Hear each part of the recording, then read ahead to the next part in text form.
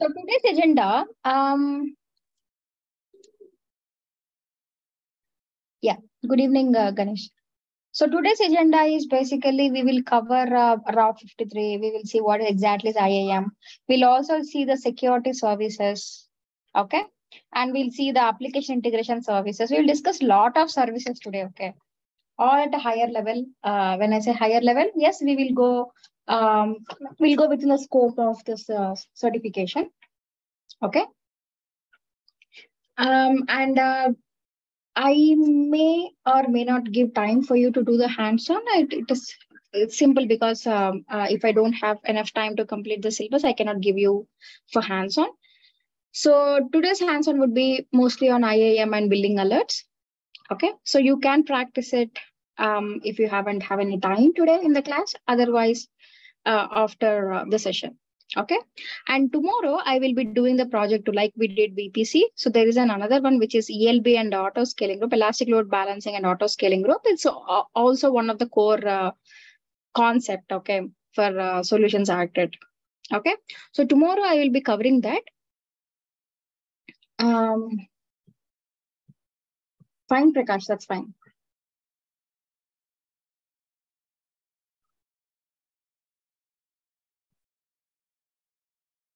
Okay, so if there are any services which are left today also, I'll be covering that tomorrow. Yeah, so load balancer. ELB is like load balancer. Okay, okay, Shrika.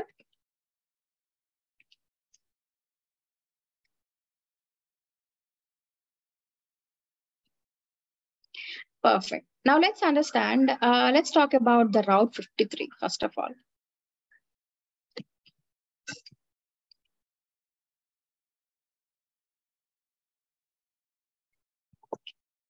Let's assume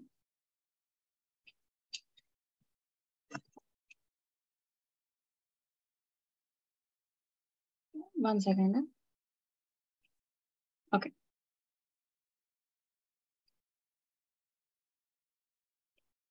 So if you have an EC2 instance, let's assume we have an EC2 instance and there is an application deployed on the EC2 instance, like for example, Facebook. And this application can be accessible using the public IP address of the instance. But we don't access this Facebook application using an IP address, right? We actually create in fact, we create a domain name first. And we map the IP address under this domain name so that when you access this domain name from the browser, it resolves into the IP address and will hit the server. Right? The reason why we create a domain name because it is difficult to remember the IP address. That is the reason we create a human-friendly domain name, a name where we can easily remember. Like example.com is a facebook.com. Okay. Now, in Route 53, we can create these domain names.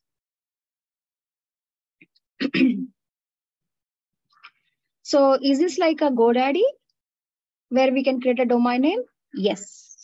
In AWS, there is a service called Route 53 where it is basically a domain name service. We can create a domain names. I mean, as simple as that. It's that simple. But Route 53 has some sort of functionalities. We will discuss about it one by one. Okay. So it's more like a DNS server. Is that so? Exactly. Yes. Yes. Oh, okay. Like any other DNS server, Route 53 is also one of it. But yes, it has its compatibility with other AWS services. Okay. And also some sort of features where we can take Route 53 as a priority when compared to other DNS servers. Okay. So usually outside DNS servers is like it's creating a domain name and then routing it, right? But Route 53 will provide few more, features. Yeah. We'll talk about it in the coming slides. Okay. So in simple terms, that's exactly is Route 53. So it's a highly available, scalable domain name service where in order to create in order to avoid using the IP address directly, we can create a domain name and then we can map it. And Route 53 is compliant with IPv6 as well. And the Route 53 not only supports the services like, for example, EC2, which is in the cloud, it also supports on-prem servers, okay? You can create a domain name for the servers which are outside of AWS. And as I said, Route 53 will perform three main functions. One is domain registration, like creating a domain name. Next thing is DNS routing, like mapping it, and then the health checking. It will also check the health of it before it sends request to the servers. Okay. So first thing is, as I said, a domain name, registering a domain name like example.com. And then route traffic to the resources. So basically mapping this. Okay. So creating a domain name, mapping it. And third thing is checking the health of these instance health. Okay. So according to the routing policy, we'll talk about what is routing policy. But according to the routing policy, it will check the health of the EC2 instance before it sends request. For example, if I have two EC2 instances because I have my application in two different servers. Okay. Now, let's assume if this EC2 instance is not held, the Route 53 will not send request to this instance. It will not send. Okay. So it will also check the health of it before it sends request. So it acts as a load balancer as well? Some sense, yes. Okay.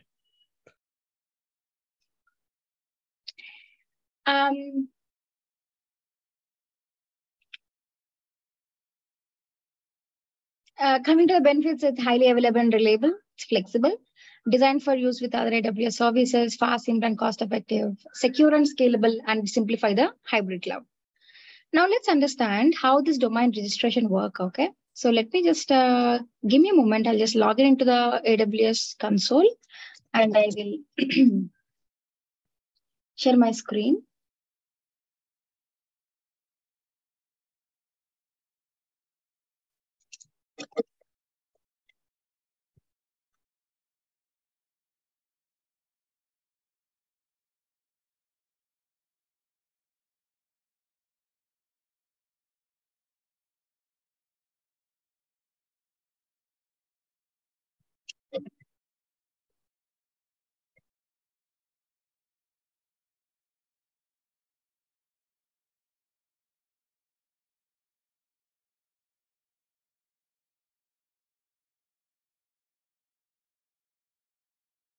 So when you just see domain registration, let's understand how this works. It's very simple process. We are not doing this hands-on, but I can show you at least because it'll cost us. Okay.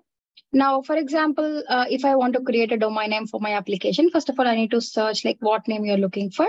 So let's try to go for Facebook. I know Facebook is already taken, but let's see if I wanted to go for Facebook. And then the TLD top level domain is .com. So if I want to go for facebook.com, or if you wanted to go for any other top level domains, we have a lot of TLDs. Okay, so accordingly, you can just choose it. I think I'm good with .com. So what I'll do is I'll just say facebook.com and I can go and check. And it shows whether this domain name is available or not. It's obvious that it will be unavailable, but on top of it, it is actually showing us some sort of suggestions like, yeah, facebook.com is not there, but are you interested in facebookapp.net, facebookcards.com, or facebookgames.net, etc. Okay. So I think I am fine with facebookapp.net. What I can do is I can just click on add to cart. Okay. And once I add to cart, I can see that it was add to cart and it's showing us $11 per year for 1 year, like around $1 per month, less than that, in fact. Now I can register for 1 year or I can register for 10 years at a time, up to 10 years at a time. Okay. Now, once I'm comfortable with my domain name, what I would do is I can just go and click on continue, where I need to give some sort of contact details. Like, if you are registering as a person or a company or an association or a public body, however, you can just give the contact details in and out. Like, for example, if it is like a person, first name, last name, organization, email, phone number, address, country, state, pin code, everything, all the information which is required. Okay.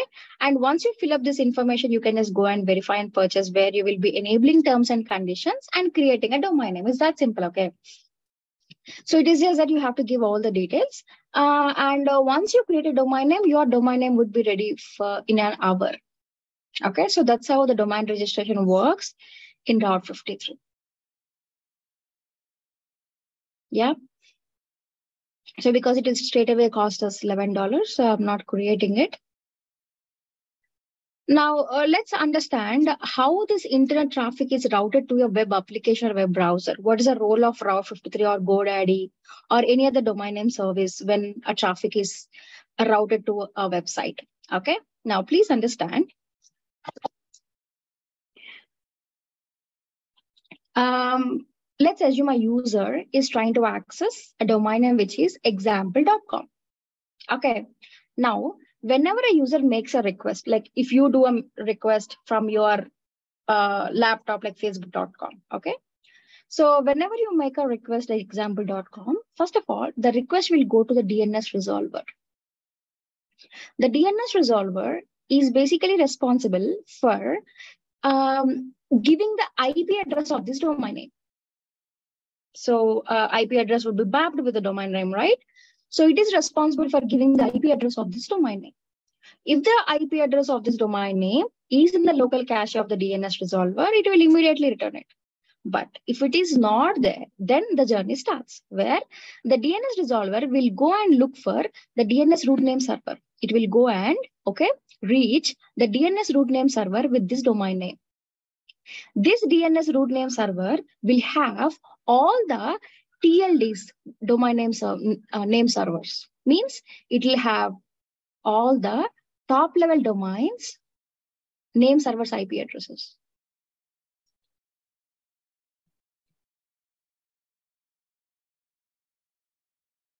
Okay.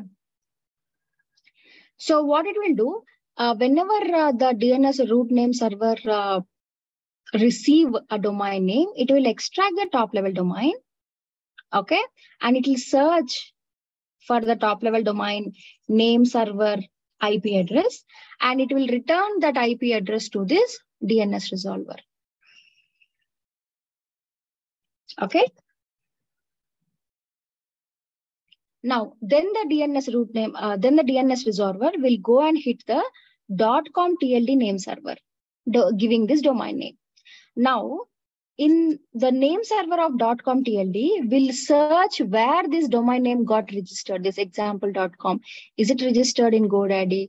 Is it registered in Route 53 or Dino. So you have a lot of domain name services, right? So it will search where it got registered. If it is registered in Route 53, it will return the Route 53 name server IP address. Then the DNS resolver will go and hit the Route 53 name server. According to the routing policies, again, I'll talk about routing policies, what exactly is that, don't worry about it now, okay? According to the routing policies which we define, Route 53 will return any one of the IP address randomly to this DNS resolver. Then this DNS resolver return that IP address to the browser. Browser will go and hit the server where you have your application, and this instance will, for example, if it is an EC2, it will respond with the relevant web page. So the whole process takes less than a second. So usually when you give a domain name in a browser, this is what it happens.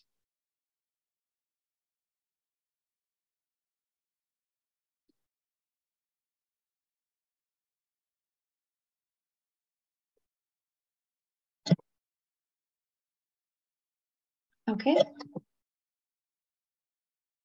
Now that's about the domain registration.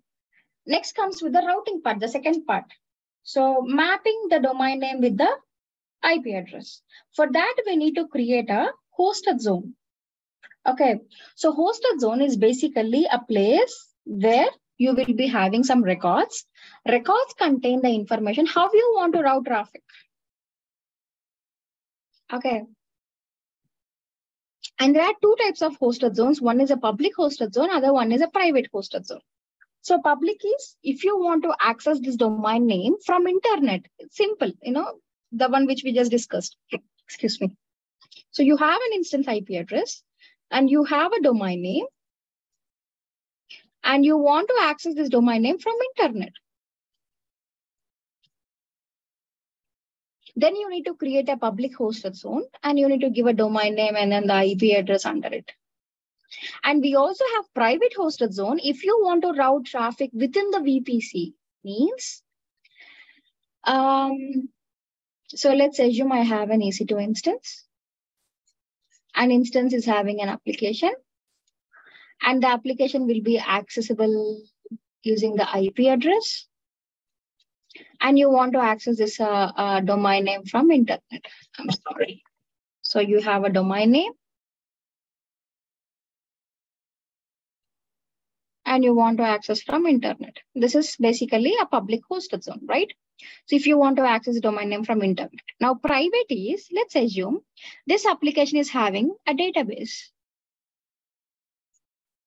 This application is having a database. Now, whenever a user is making some sort of request to the application to get the data, the application should be able to hit the database server to get the data, right? In order to do that, the DB server details should be in the application logic. Okay, where you also need to give the instance, the DB instance IP address, whether it's a private or public. Usually within the VPC, we will go for private. So you have to give the instance IP address to this developer who is developing the application so that he will be adding into the application code, right? Now, if you want to mask even the IP address even to the developer, you don't want to give this IP address. You don't want it to show this IP address in the application logic straight away. So what you can do is you can create a domain name for this. So you can create a domain name for this IP address, like for example, db.com. Instead of giving the IP address, you give this db.com in the application logic. Or you give this db.com to the developer. Instead of IP address, he will add this domain name. So whenever an EC2 instance is making a request to the database, it will hit the db.com. The db.com will resolve into the IP address and it will hit the server and also the response.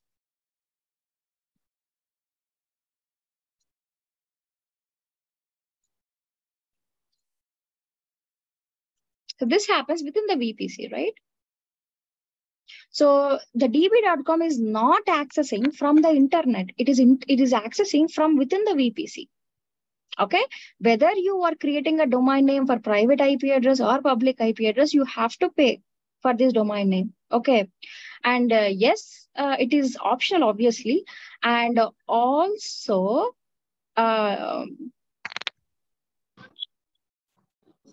guys, please go on mute.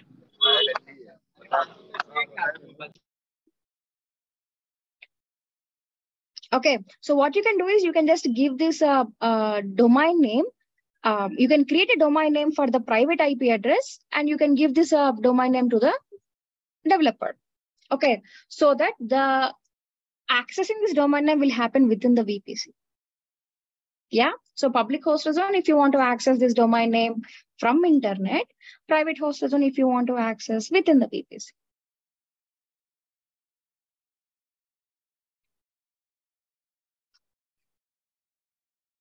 Now, when you are actually creating a hosted zone and then adding the IP address, okay, we can define different routing policies. 1 second, please.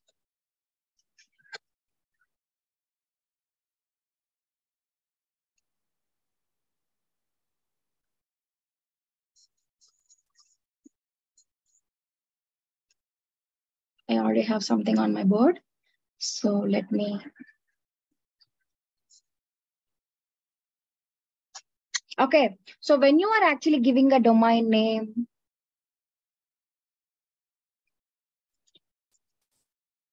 in the hosted zone and adding an IP address, you can define different routing policies. Okay. So first comes with the simple routing policy.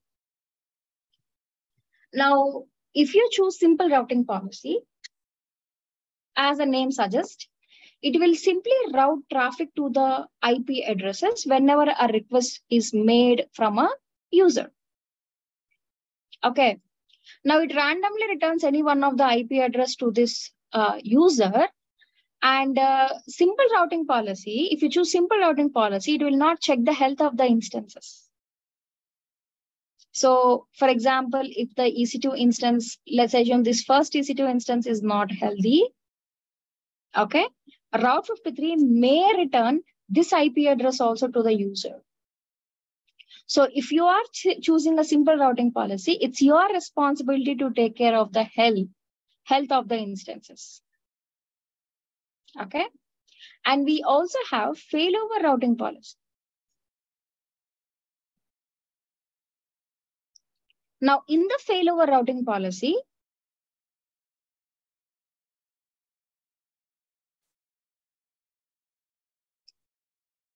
all the requests will be sent to only one instance.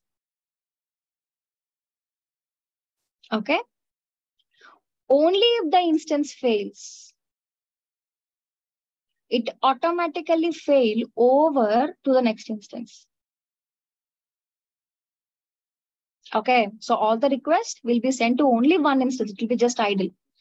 Only if this first instance fails, it automatically fail over to the next instance. So it's like a backup, extension of a simple, I can say. Okay, so even if there is a failure, yes, there is another one which I have it as a backup and it can send traffic to that.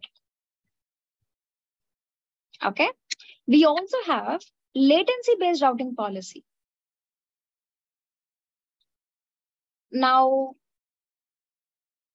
let's assume a user is trying to access a domain name now at this time. Now, this time, if this EC2 instance is giving good performance, low latency, this instance IP address will be returned to the user. Maybe after 1 hour, if this EC2 instance is giving good performance, low latency, this instance IP address will be returned to the user. So at any point of time, the server which provides low latency, good performance will be returned to the user. At any point of time, the low latency instance will be returned. Okay. We also have geolocation.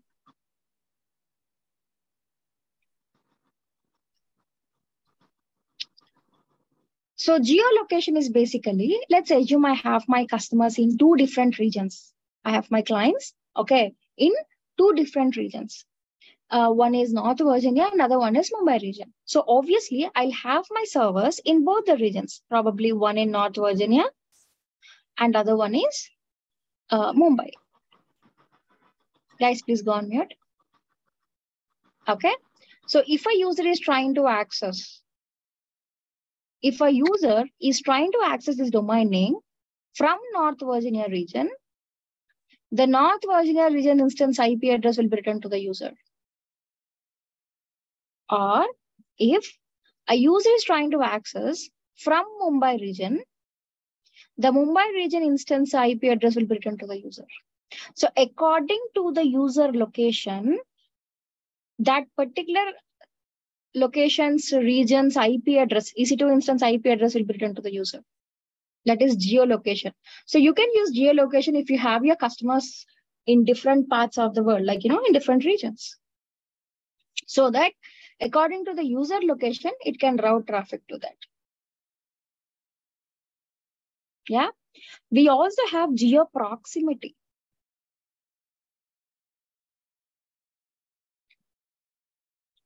So geo proximity is basically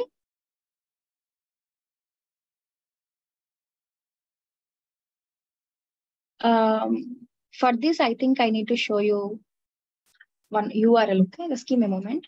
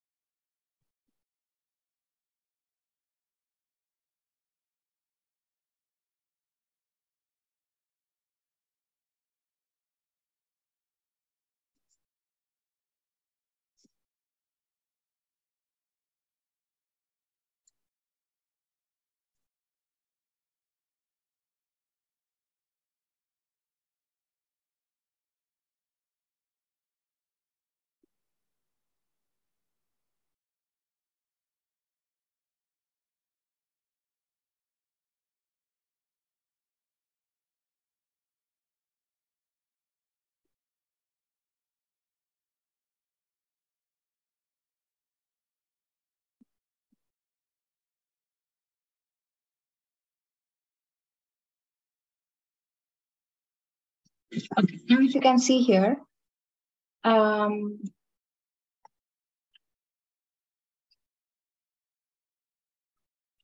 so if you see the geo proximity, let's assume that there are 5 regions. Okay.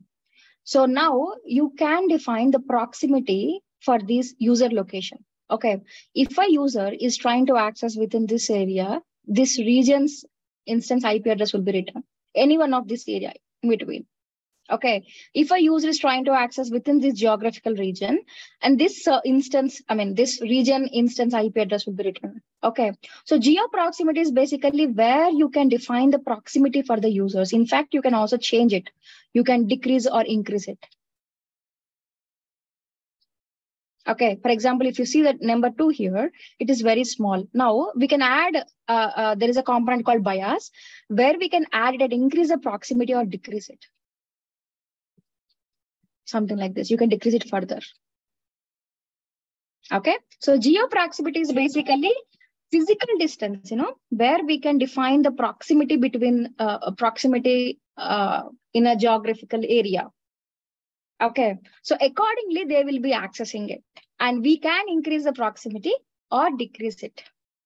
Maybe I have in region 1, I have a small instance. Okay. Where it can handle only few requests. Whereas in region 2, yes, I have a bigger instance where it can handle more requests. So I'll increase the proximity for this and I'll decrease the proximity for this region. So that obviously the users will reduce when I reduce the geographical area. Okay, that is geo proximity. One second, I just got a question in the chat. Give me a moment. What if we write update DB on North Virginia and that update record should be visible in Mumbai region? So for that, you need high availability, right? Yeah. So when you're having the application, you will have 2 different databases in 2 different regions. But if you want to have a common database, then you will need to take care of the replication, etc. Okay, that is I think, common problem. I mean, in software backend development, it occurs, right? So we'll have to have common instance for DB, right? So if you remember in the last session, we discussed about the DynamoDB, where it is globally present, the global tables. That's for unstructured data. Okay. Yeah, I remember. That's why I was asking you. It is there in previous classes, Yes. right? I'll refer again. Yes, okay. Yes. So where the database can be replicated in multiple regions, okay, it actually has a capability of creating a global table where it replicates the table in different regions. Okay. So all the application will be directed to only one database. Okay. And communications, I like if I don't want immediately that this is a real life problem in our company. Suppose it is not necessary that it should be quick, but later we want to batch update kind, like, okay, at the end of the day, all the databases should be synced. So communication between databases can also be done, right? Means By default, the databases are region specific. If you talk about RDS, Aditya, okay. Okay. If it is about DynamoDB, you need not worry about delaying also. It automatically replicates. Okay. Okay. See, you are talking. We have two scenarios. Is it like the application will be accessing to only one table? Yeah. DynamoDB can support because it has a regional, global presence. Okay. Now, if you have a global table, there is no need of replication. Right? There's only one table. I mean to say, table replicated in multiple regions. It thinks automatically. Okay. Thank you. Yeah. But the RDS is a different case, okay? Because RDS database are region specific relational databases. So then you need to do another things for sync and all.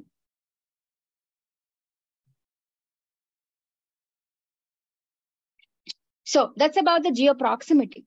We also have multi-value.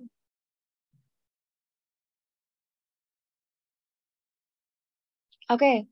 So multi-value means it's very much similar to simple only, but in multi-value, it will check the health of it. So in multi-volume also, Route 53 will randomly return any one of the IP address to the user, but this time it will check the health of the instances. Only the healthy instances IP address will be returned to the user. Whereas in simple, it doesn't, right? And we also have weighted routing policy.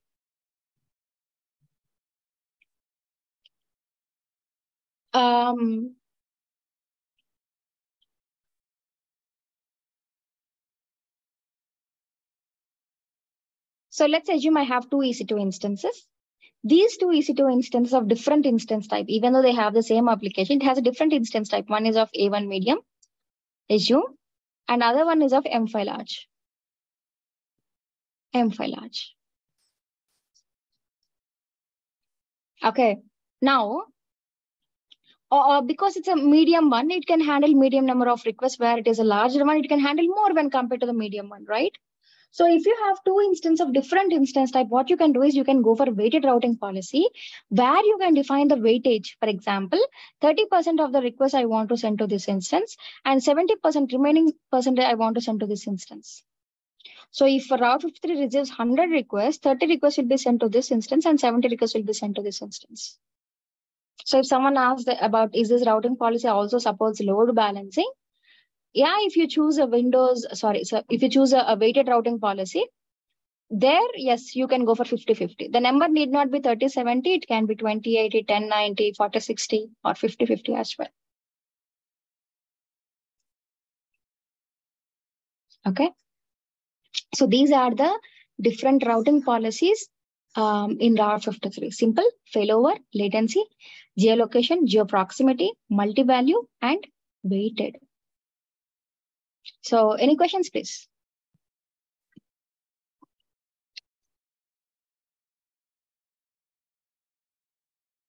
In multi-value, how it will identify that URL is healthy or unhealthy?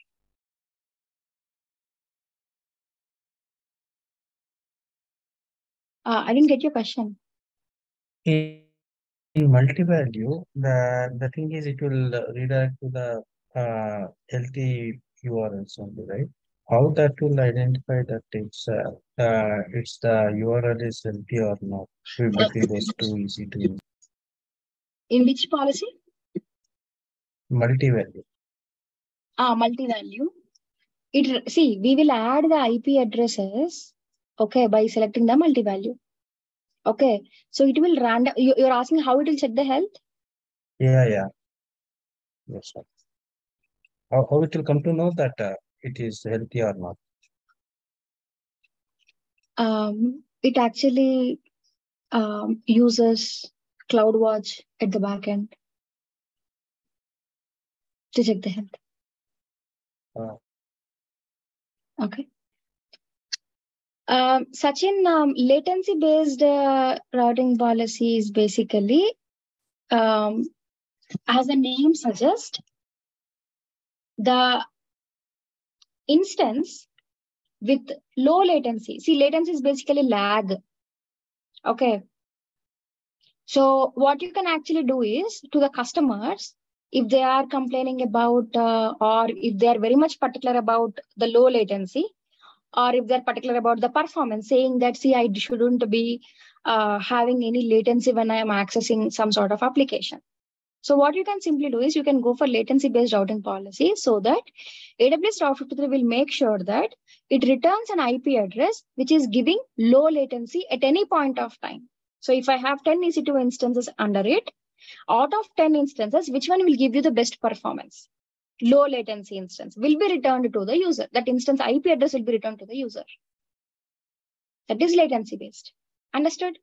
Sachin? Cool. Any other questions, please?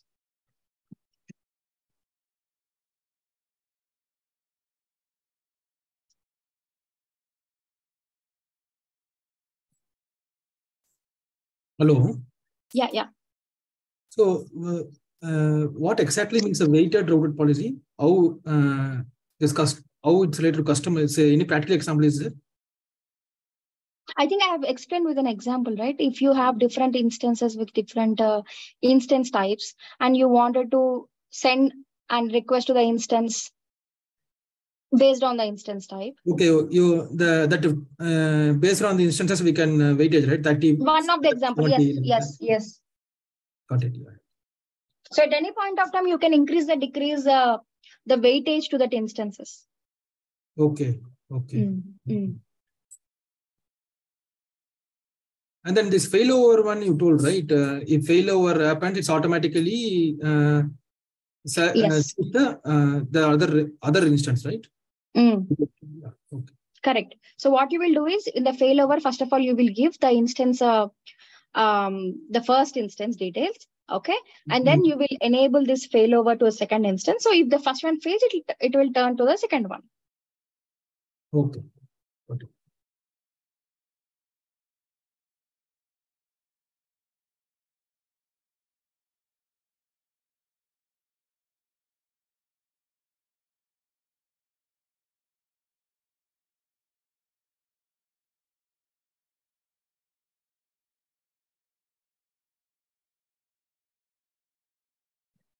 There is another routing policy, which is IP-based routing policy also, which was recently introduced. When I say recently, not yesterday, but yes, few months back.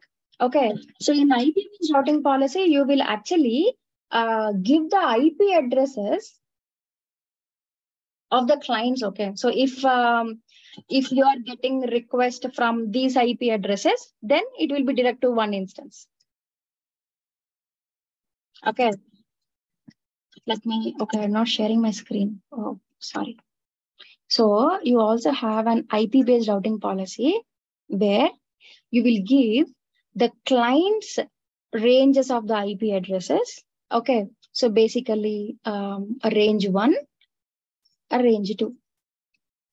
Okay.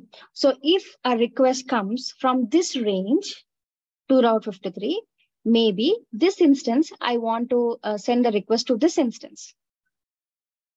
If a request comes from this range of IP addresses, I wanted to send a request to this instance. So this is basically IP-based routing policy. Yeah. So these are the different routing policies which are in Route 53.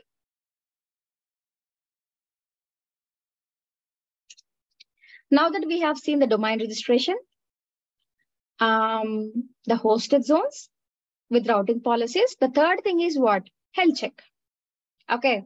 So usually what Route 53 will do, it will make a request to this instance and it expects a response.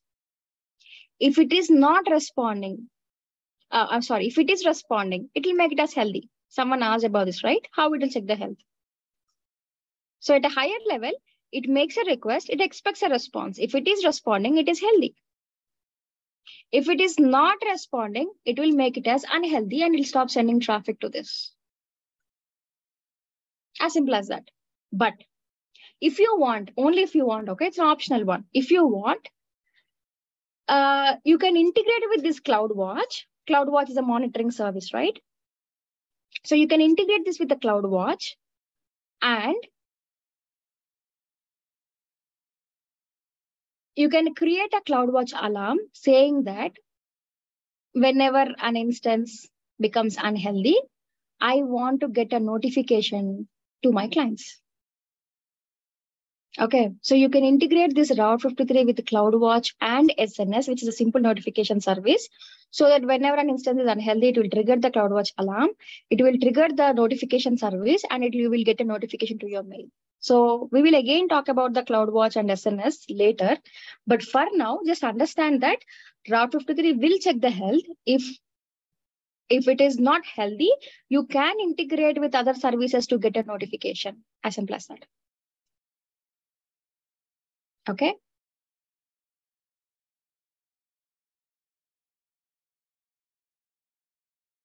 Now, Route 53 Health Check monitor the health and performance of your web application servers and other resources. And each health check that you create monitor health of specific resource, such as web server, status of other health checks, and the status of the CloudWatch alarm itself. Now, that's about the Route 53. Now, there are a few terms it would be good if you know about it. First comes with the domain registration. So as we already know now, domain registration is basically registering a domain name like example.com, facebook.com and all. And next we have domain hosting. So if you are accessing this domain name from a browser, then it is a domain hosting. Okay. And we also have domain transfer. So let's assume you have created your domain name in GoDaddy.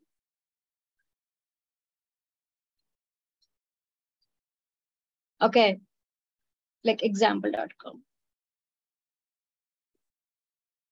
Now, later you learned about the Route 53.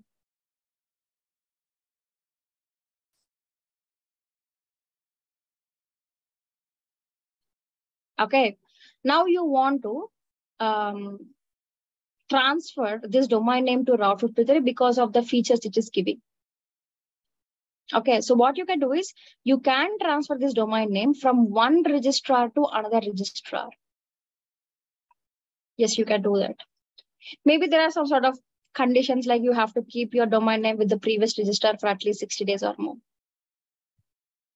It depends, from registrar to registrar, how many days you want to keep it. That is domain transfer. If you want to transfer from one registrar to other registrar just to get the benefits of the features.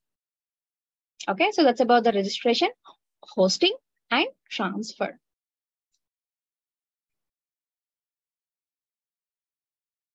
Next, we have global accelerator.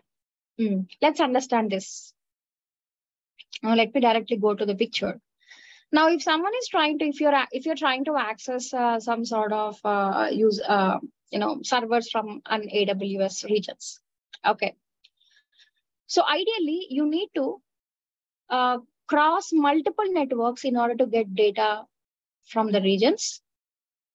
Okay, in order to request to the regions and also get the data from the regions. So you need to cross multiple networks. Okay, so because you're crossing multiple networks, each network hop may introduce risk because you're actually changing the network itself. And also, because you're actually doing multiple hops, it will impact the performance also. The request has to go to different networks. Okay, so with the AWS Global Accelerator, you can improve the performance and reduce the risk. Okay, so AWS Global Accelerator uses their own network. Okay, so you can use AWS network to access the AWS services. So AWS network to access the AWS services, it is secure, obviously, no risk. And you're using only one network, which will improve the performance also. Okay. So if I can go to the previous slide now. So this accelerator is a service that improves the availability and performance of your application with local or global users. So where you can actually improve the performance up to as much as 60%. So if the question is all about global accessing the data globally, Okay, and it wants, I mean, it needs some sort of acceleration in the performance, and to avoid risk and improve the performance, and to avoid multiple network hops. So if you see these terms, okay, the answer is global accelerator. I mean, they can keep it in a different way, but if you see these terms, then you can just directly straight away choose global accelerator. Okay, so coming to the benefits, it improves the global application availability, accelerate your global applications, and easily manage the endpoints. So the reason why I have added is global accelerator, because I have seen a question in the exam. So after that only, I just added it here at the end of the Route 53. Okay, so any questions, please?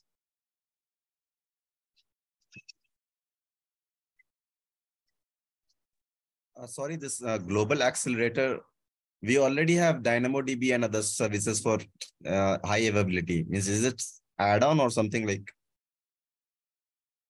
See, you have services, but to access the services, you use internet, right? Yes. Application is, that service is highly available only. But while you're traveling, the request is traveling, no, from your on-prem down to the cloud. Okay. So during the travel Okay. of the request, if you want to improve that. Okay, then global accelerator. Correct. Okay.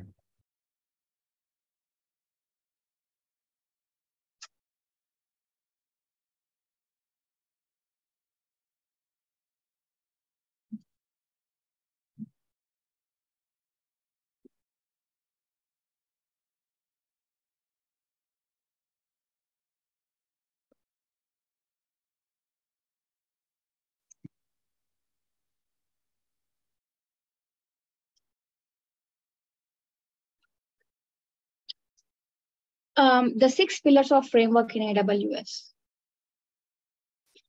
So first of all, as a solutions architect, the responsibilities are discussing with the clients and making a business plan. Okay. So first of all, you need to take a requirement from the clients and create a plan. Okay. And according to the plan, you need to explore the AWS services which maps the requirement, and creating prototypes, POCs, etc. And then the implementation phase, where he would be implementing the infrastructure, creating the services itself. Now, when you are building the infrastructure in AWS, if you can incorporate these 6 pillars, you can create stable, efficient, and good performing machine, I would say. Okay, or good performing systems in simple terms. Okay, now let's understand these 6 pillars with their design principles. Okay. Now, first comes with the operational excellence. See, these 6 pillars have their name, right? So the name itself, it suggests what exactly it is. So when you say operational excellence, that means it is making sure that the operations in the whatever the infrastructure which you create, it will give the best value. It deliver the business value. Okay. And it has 6 design principles. So how can we achieve this? There are 6 design principles for that. Perform operations as code. See, when you are learning with AWS, yes, you start with console, management console. But over a period of time, when you are actually implementing it, you don't use console for creating the services and all. There are different ways to do that. Okay. You can use through CLI, you can use through programming language, you can use using an infrastructure as a code like a Terraform or a CloudForm. There are multiple ways, but in real time, when you actually working on the services, you don't create in console. Okay. So whatever the operations which you're doing, you need to perform as code, not manually. Next, annotate documentation. For example, if you're a developer and then you're developing an application, your manager would be asking you to create a document which maps with your application. So that, in later point of view, if someone wants to understand what exactly is the application, how that it is designed, I mean, they can go with documentation, right? But even though you are actually creating a document, most of the time it will not be in sync with your application, right? You may miss few things to add. But in AWS, you can automate the creation of a document for every build. Okay. Make frequent small reversible changes. So let's assume you want to migrate some sort of architecture to the cloud. If you're trying to migrate whole at a time, everything at a time, if it fails, okay, so the resources, the time will be wasted. So what AWS suggests is do it in a small, a small reversible changes. Even if it fails, you can easily revert it. Refine operations procedures frequently, anticipate failure, and learn from all operational failures. So this can be done by having some sort of team meetings and discussing the issues so that it will not be repeated. Okay. Next, we have security pillar. The security pillar will make sure that the data is protected. It was well equipped within the network with firewalls, etc. Right? There are 7 design principles for that. Implement a strong identity foundation. So we can do that with the help of IAM. So we will be discussing that, okay? So with the help of IAM, we can control who can access the AWS services within your account with what permissions. Enable traceability. So we can use CloudWatch for monitor and alert. We can use CloudTrail for audit for any changes to your environment. Apply security at all layers. So if you take EC2, it's a firewall, security group is a firewall for EC2, right? If you take subnet, NSL is a firewall. Now you can have 2 layers of security, right? So you have an EC2 firewall is security group. Okay. Now you have a subnet firewall is NSL. Okay. Now if you have your EC2 here, NSL is the first level of firewall. This is the second layer of firewall. Second level or second layer. So apply to all layers. So because I have added in the security group, do I need to also add in the NSL? Yes. According to AWS best practices. Automate security best practices. So if you automate it, you need not manually every time enable it whenever a new component is added. Okay. Protect data in transit and at rest. It can be done with encryption. Keep people away from data. Again, giving the least privilege, giving the permissions. Okay. And prepare for security events. So this is very much similar to the fire drill. What if, fire drill in your company? If a building catches fires, how much time it will take for everyone to evacuate that building? So even in AWS, you can try this events. Okay. Next, we have reliability.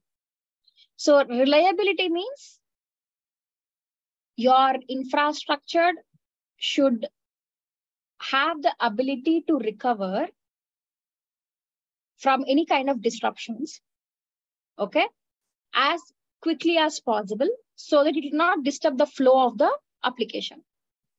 Okay. There are 5 design principles for reliability. Test recovery procedures. In the cloud, you can test how your system fails and you can validate your recovery procedures. Okay, because everything in cloud is basically on rental basis. You can just try on different servers and you can just give a try and check how this works.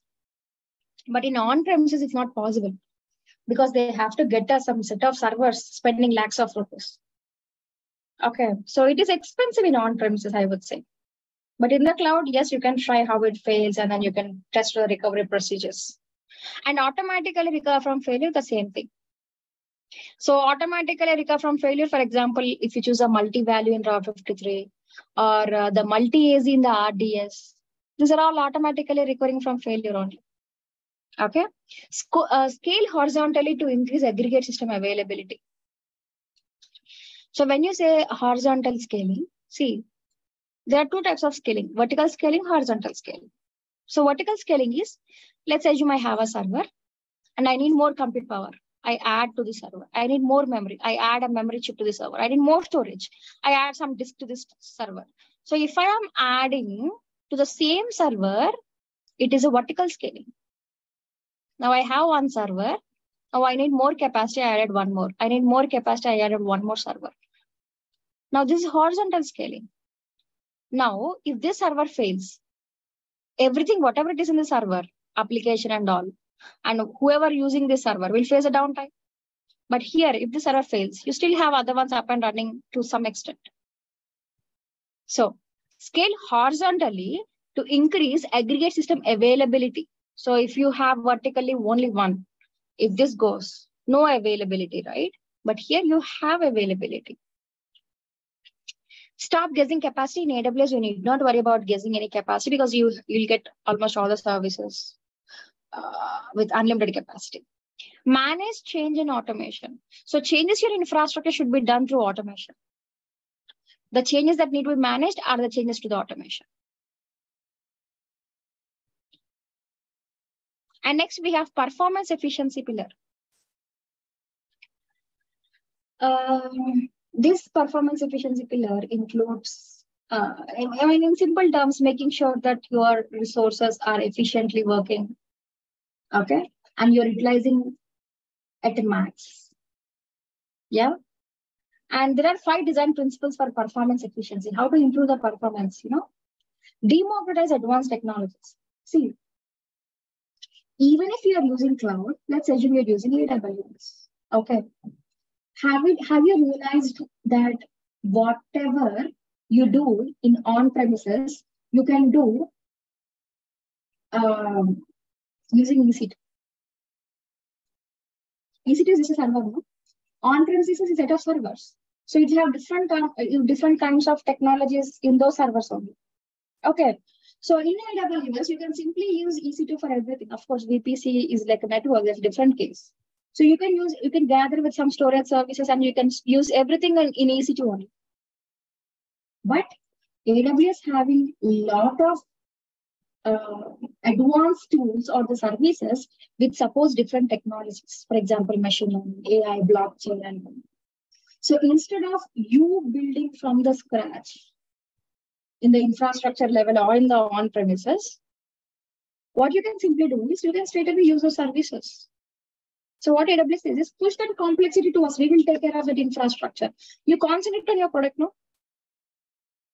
For example, if you are trying to create some sort of an equipment using machine learning, you're trying to create a product. So you concentrate on that instead of checking how this underlying infrastructure should be. So because there are experts at AWS end, obviously they will provide you best performance, best equipment. So you'll have a great performance when compared you doing it from scratch. Where again, so there are a lot of things, right? Not only getting the services, not only getting the resources like the servers and all, you also get to have some sort of resources to support that, a team who is expertise in that particular field. Yeah. So go global in minutes, we know. Use serverless architectures. See, when we say serverless, means we don't manage servers. Serverless for us. But there are servers is managing by AWS. So when they say use serverless architecture, again the same. So we will take care of the servers. We concentrate on your main product. Okay, or your business. Experiment more often. That's the reason we have a filter. Mechanical sympathy. So mechanical sympathy is very important, okay? So to get the right performance. So mechanical sympathy is basically using the right service for the right use case. I'll give an example, okay? Now, there is a requirement that there are 10 EC2 instances. These 10 EC2 instances need to access a common volume, a common value. So which service can be used? Hello? There are 10 EC2 instances. These 10 EC2 instances need to access a common volume. EFS, I believe, madam. EFS. Fair enough. EFS is a shared volume, right? We can access it. Okay, even though leaving about the exceptions and all. Now, what if, let's assume, I haven't explained about EFS. Assume I haven't explained. Then, what do you think? EBS. Yeah. S3. S3. S3 also can be used, in fact. So instances can be integrated with S3. Now assume that even S3 is also not discussed. I haven't explained S3. Then what is the storage service which you know? Workdoc. Sorry? Workdoc. Can you be a little louder? Amazon Workdoc. EBS. EBS. One instance at a time, that is. Agree. Completely agree. It is basically EBS is a dedicated volume, right? So because I haven't explained about, let's assume that I haven't explained about EFS and S3. It is just that you don't know that, okay, there will be a shared volume. What you end up is you will create 10 EBS volumes and one EBS volume for each instance. You do that because you never know the concept that, okay, there is a shared volume. Yes, you may end up doing it. So this is what the mechanical sympathy is. So using the right service for the right use case. So how can you achieve that? By knowing about the services? Yes. Solve.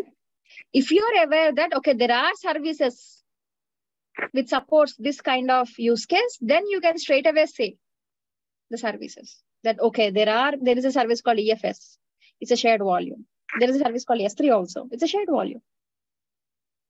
Of course, S3 is having a lot more capabilities, but yes, if not EFS, you can use S3. Okay. So instead of using EFS, if you use EBS and saying that AWS is not efficient, so what do you call that? You need to educate your clients, as a solutions architect. That's what I'm trying to say. Next, we have cost optimization. So of course, it's one of a pillar. It should be a pillar because just because you shouldn't be paying more for whatever you are using it. You should be paying whatever it is you're using it. Exactly, pay as you go model, right? So coming to the cost optimization, making sure that you are giving the same exact business value with the lowest price point. Okay. Yes, you have to have good performance. You have to have good, availability, everything with the least price, how much ever it can be. Okay. It doesn't mean that I'm cutting off all the resources by cutting the cost. No. Whatever I'm using it, am I paying exactly? So that's what the cost optimization is basically.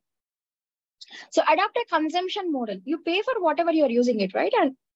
And if you want it, you can increase and decrease at any point of time. And measure overall efficiency. So simple. I am using some 10 resources. Am I paying only for 10? Am I using it efficiently? So stop spending money on data center operations. Definitely it's a cost point, because why you need to go for data center operations if you have a cloud which supports almost everything?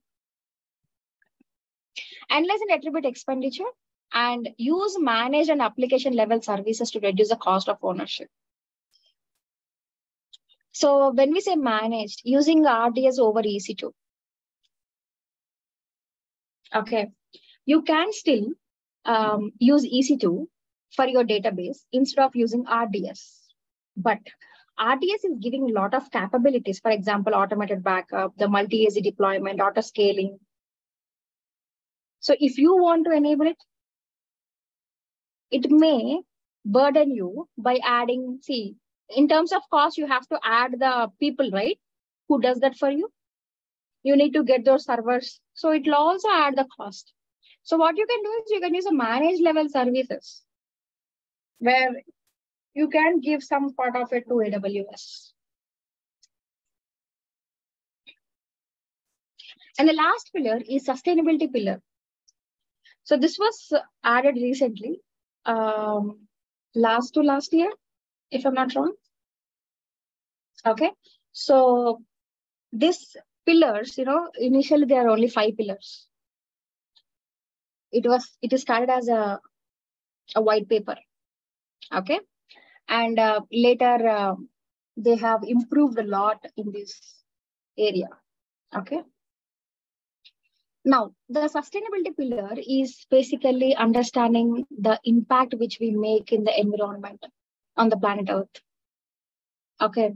So, for example, if you take the mainframes, the first computers, you know how a mainframe machine look like? You need a room to store, to have that mainframe. Okay. It's like basically a big giant machine. Okay. So if you want to run that, you need a lot of compute, you need a lot of energy for that. Okay. And you can imagine the impact which it makes to the planet Earth. But now everyone in their home is having a laptop and using it. Correct? So what AWS suggests is regarding the sustainability pillar, whatever the resources which you are using in AWS, for example, if I take EC2 as a simple service, you are accessing virtually, but there is a physical server which is running on their data centers. Correct? Now, that means you are actually making some impact to the environment. Now, if you are not using it, so what they would say is you understand your impact, establish sustainability goals, basically using the compute resources, whatever it is required. If you're not using it, just terminate them and maximize utilization. So I have an EC2 instance which is capable of, for example, 10,000 requests, but my application is getting only some hundreds of requests. What is the point of using that kind of instance type? So I can reduce it, right, to save the cost as well as the impact. Okay. And AWS is using different kinds of changing different instance type or adding instance types. Okay. Like the hardware configuration, where they are very much advanced in terms of improving the performance and all. Okay. And they're efficient when compared to older ones. So even AWS suggests to use a newer generation instance types, for example. Okay. So what I can, as a bottom line, what I can say is sustainability pillar is all about understanding your impact on the environment. So you can just use whatever it is required. When you are not using it, just terminate them so that you can reduce your impact. Okay. So as a beginner level, what I can do? See, simple. So we have created an AWS account, right? Yes. So when I started this batch, I have seen around 40 plus participants. Okay, let's assume that around 30 plus participants have created an AWS account. Yes, I made everyone to create an AWS account at that time on the day one, right? And I do this on every monthly basis. Every month I take a batch, and I'm explicitly talking about only in storage, only on weekend. If you take just this one, okay? So every month, some set of participants will create an AWS account. Okay, on yearly. Yeah, and everyone will work on AWS services explicitly. They'll start with EC2. And when it comes to free tier, where you are very much interested in understanding the free tier limits, so EC2 you can run for 750 hours per month. When you say 750 hours per month, see, in a day you'll have 24 hours. If you take 30 days, it will be around 720. If it is 31 days, it will be 744, if I'm not wrong. Okay, so even if you run an EC2 instance 24/7 for 1 year, see, this is for 1 year. You have free tier for 1 year, no? So if you have an EC2 instance which of T2 micro, of course, free tier ones, T2 micro, if you run for 24/7 for 1 year, there are 0 charges for you. I mean, if you talk about explicitly money. But see, initially we create an AWS account to learn about AWS, right? What you will do by running an EC2 instance? Nothing, right? Because it is free, you just keep it. But what is the impact which you're making on this environment? It has to be kept in mind. So you can think, see, just me, a small one, a T2 micro, 1 vCPU, it doesn't make any difference. But I have already told you, just for my case, okay, there will be lakhs of AWS accounts are created on a daily basis. What if everyone thinks in the same way? Yes, it impacts, right? So let's reduce from our side. That is the reason whenever I create a resource, I will make sure that I delete it. I'm taking as my responsibility for my environment. Okay. So that's about the 6 pillars of framework in AWS. Okay. Now, you might be surprised. So as a solutions architect, how will I be? Maybe initially I will take care of these pillars, but later in point of time when it is expanding, it will be difficult, right? So taking care of each and every aspect. So these are all the AWS best practices, in fact. Okay. So how do I take care of all these things on daily basis? So in AWS, there is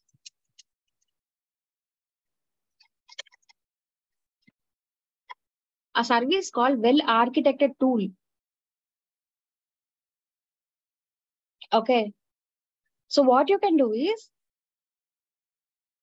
you can define your workload in this tool. It means you have to give all the information about your infrastructure. So you have to define your workloads based on one of your existing cloud applications. Okay. So once you define what are all the things which you are having it, AWS will start asking you a few questions according to the workload details which you give. 1 second. Yeah. So identify the workload to review, then answer a series of questions about your architecture. What this well-architected tool will do, it will check your workload based on all these pillars, and it will give us some sort of a report saying that this has to be improved, etc. And in fact, you can also download that report and you can share it.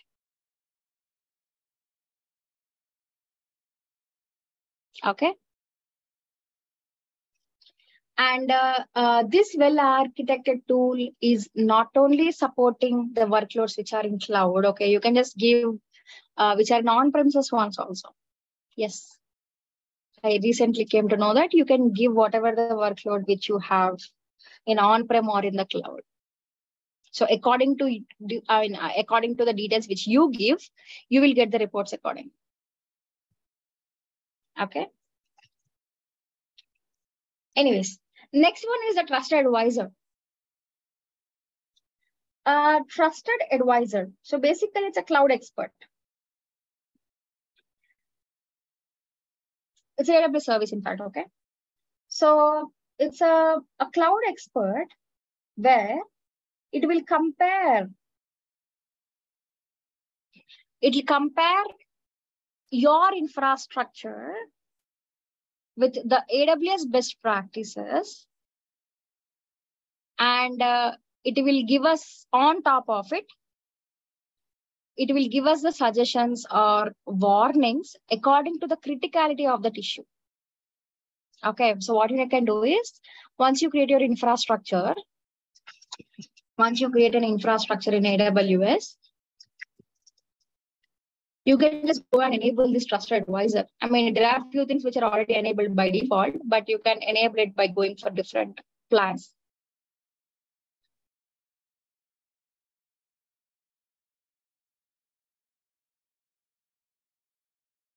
Okay. Let me show you.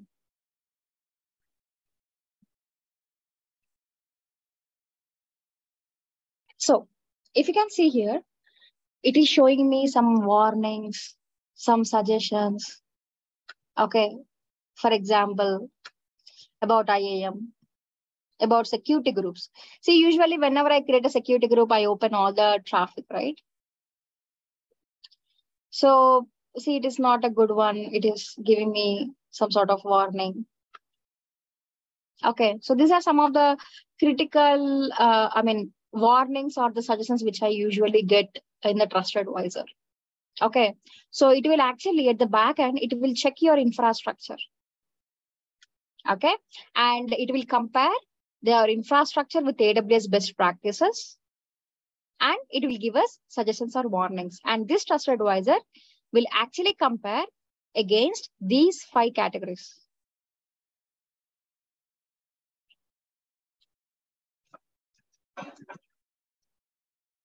These 5 categories. Okay, and accordingly, it will give us the warnings or the suggestions. Now let's understand about these 5 categories one by one. First comes with the optimization, cost optimization checks. So let's assume you have an EC2 instance and you are not using it where the CPU is very less. You can save the cost now by terminating the instance. Underutilized EBS volumes. You have an EBS volume of 100 GB and you have only 10 GB of data. Unassociated elastic IP address. You have created elastic IP and you are not utilizing it. RDS idle DB instances. So you have a database, but it is not yet associated with any application. It's idle. So you can save the cost in all these cases, right? So if AWS sees any one of it, I mean, there are many more checks, okay? There are few of it. So if AWS Trusted Advisor finds that you can save the cost in any aspect, it will give us the suggestions, okay? Next, we have performance checks. So high utilization of an EC2 instance. So if you're utilizing an EC2 instance too much, like it's touching 90% all the time. See, if you're utilizing your phone too much, it will heat up, right? Your CPU utilization will increase. And at some point of time, it will impact your performance. Your phone will not respond. So large number of rules in security groups. So if you open all traffic, it will impact the performance as well. Overutilized EBS magnetic volumes. See, magnetic volumes are designed for infrequently accessed data. But if you're utilizing it too much, it will impact the performance. Next, we have security checks. If you open all traffic, if you open for everyone.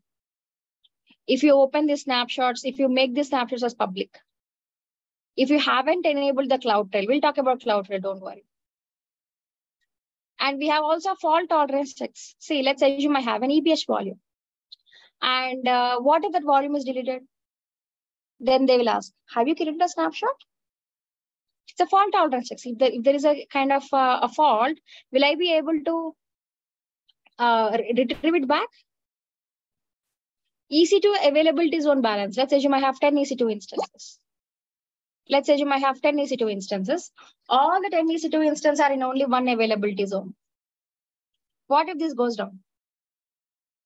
What if I distribute in 6 availability zones? Even if one goes down, I still have 5. RDS backups. So what if RDS fails? RDS multi-AZ. This is also what if the primary, what if the database again fails? You have a secondary one or a standby one. S3 bucket logging. Who is accessing my S3 bucket?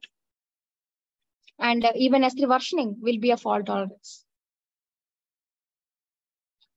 Okay. And finally, we have service limit checks. See, if you take an AWS service, the service will have soft limits and hard limits. For example, you take S3. S3, we can create around 100 buckets. It's a soft limit. Means the limit which to the customer. Okay. Where you can create up to 100 buckets. That's it. But if you want more, then you need to raise a request to AWS with business justification. Then they may, of course, I mean, according to the request, they will add or they may add, they may increase the limit up to 1,000. So 1,000 buckets is a hard limit. Okay. So whether it's a soft or hard limit, if you are crossing 80% of it, trusted advisor will let you know that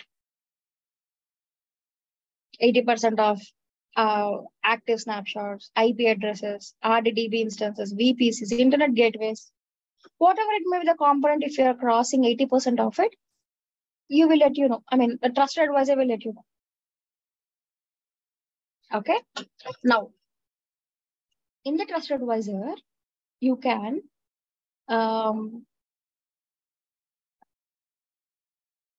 give your contact details so that it will give you some notifications. Okay. So you can add the recipients, you can manage the email addresses like billing contact, operational contact, security contact. You can prefer, you can give whatever the preferred language and you can save it so that if there are any kind of suggestions or warnings in any one of these categories, okay, you will get the notifications to your email. Okay, I'm not really sure whether it will cost us or not, but yes, that's how. It's very simple, you know. You can just need to add a contact and then save it. And see, if you can see here, there are few things which are not at all highlighted for us because we are in the basic plan. Ours is free tier plan, right? But if you go for a business plan or enterprise plan, automatically these checks will release few other checks. You know, I mean, in these categories, you will see these checks are highlighted, not grayed out. Okay. So that's about the trusted advisor. Any questions, please?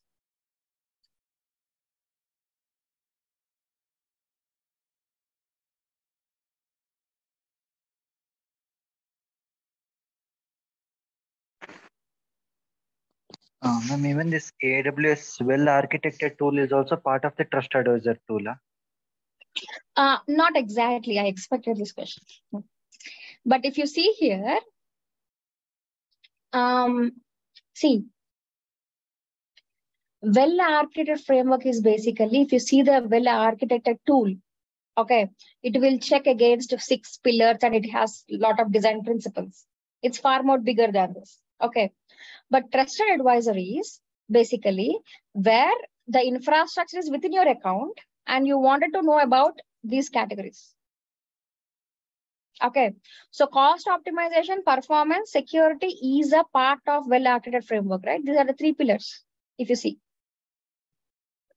Okay. But they work in different ways. Okay. And well-architected tool, basically where it will do the best way. I mean, if you want to explicitly follow the pillars, you need to use a well-architected tool. But trusted advisor, it is just basically kind of suggestions which we get based on the plan which we choose. Okay. So if you are using a enterprise plan and all, yes, few may checks. So there are some sort of predefined checks which are already there. So it will be checked only against these checks. But architected tool is not like that. It is ultimately on everything.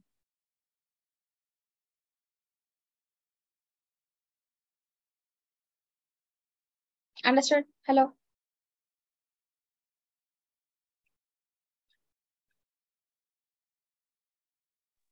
Yeah, ma'am, understood. Mm.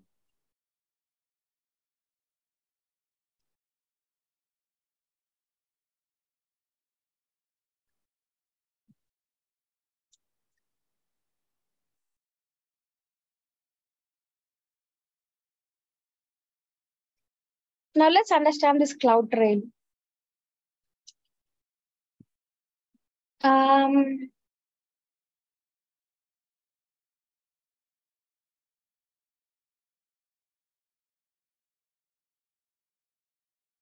let's assume you're working in a project and then there is an issue happened within the project. Then obviously your manager would be asking you what happened, when did this happen, okay, who did this, how they did it, etc. Right? But in AWS, CloudTrail is an answer for all those questions. So what this CloudTrail will do, it will create the events for all the activity happening in your AWS account, almost all activities. For example, if someone logged into your AWS account, you can see that. If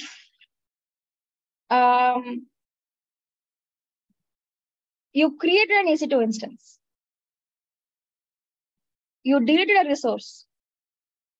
So the CloudTrail will capture all the activities happening in your AWS account. If you are making an action in the console or in the CLI or through SDKs, yes, you can find it. If you are accessing the service as a root user or an IAM user or in a different way, yes, CloudTrail will capture that. Okay.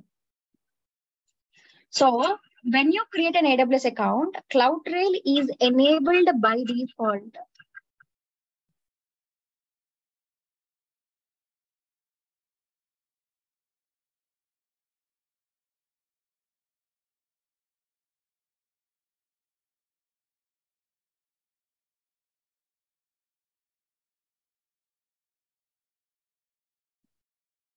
Okay, by enabled by default means there are some sort of events which will be captured by CloudTrail and you can see them in the event history.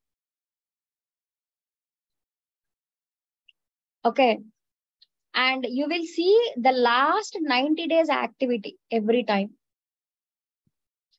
Every time you will see the last 9 days activity. It's basically for free. I mean, AWS CloudTrail will automatically does that. For example, I just opened about the Trust Advisor. I mean, service Trust Advisor service, right? So you can see that I made a lot of refresh on that. Okay, so let me see if I find some other ones.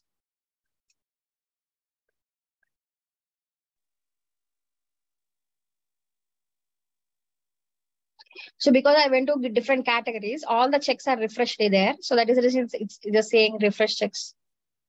Okay. If you see here, a console login. So I logged in, right? So even that information was captured. So this events will be in JSON format. They're in JSON format. Okay. So the user identity, like a root user, means I am a root account, right? Basically, I'm owner of this account. So I'm a root user. Okay. And this is my account ID. And at this time, I made some request. So what is that? I signed in. Event is console login. Okay. In which region I worked on? Of course, IP address, whether it's successful or failed.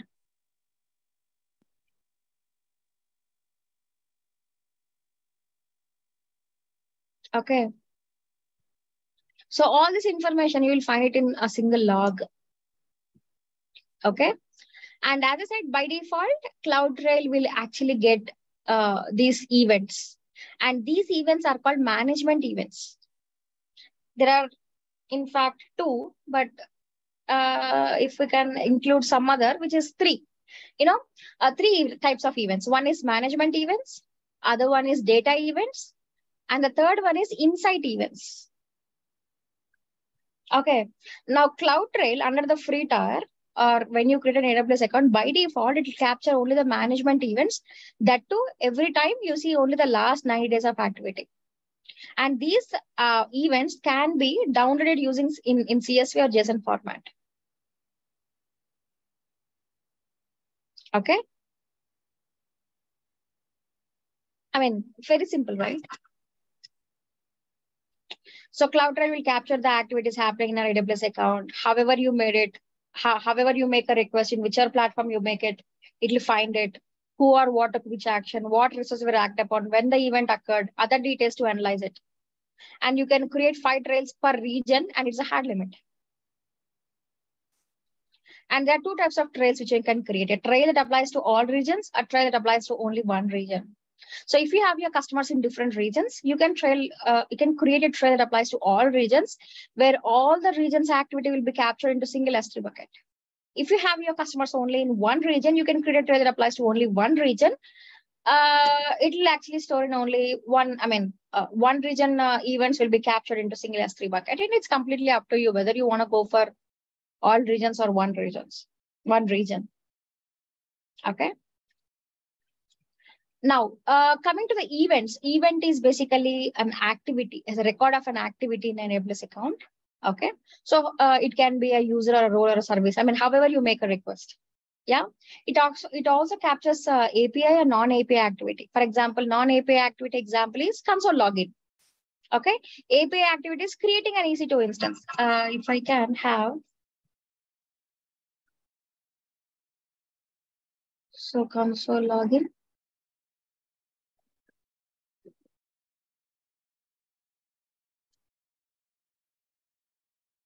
You see, creating, so I worked on some other service. You see, this all information was there. Okay. So 26 is basically on Sunday. I have shown you this, right? So you will see a lot of activities. These are basically an API activities, like creating an instance, creating a VPC, deleting a VPC and all. And there are 2 types of events. One is management and data event. And by default, trail logs management events, but not data events. And these logs, whether it's on management or data, these events will be in a JSON format. Okay. Now, management events are also known as control plane operations. For example, creating an instances, login into the EC2 into AWS account. We're all management events.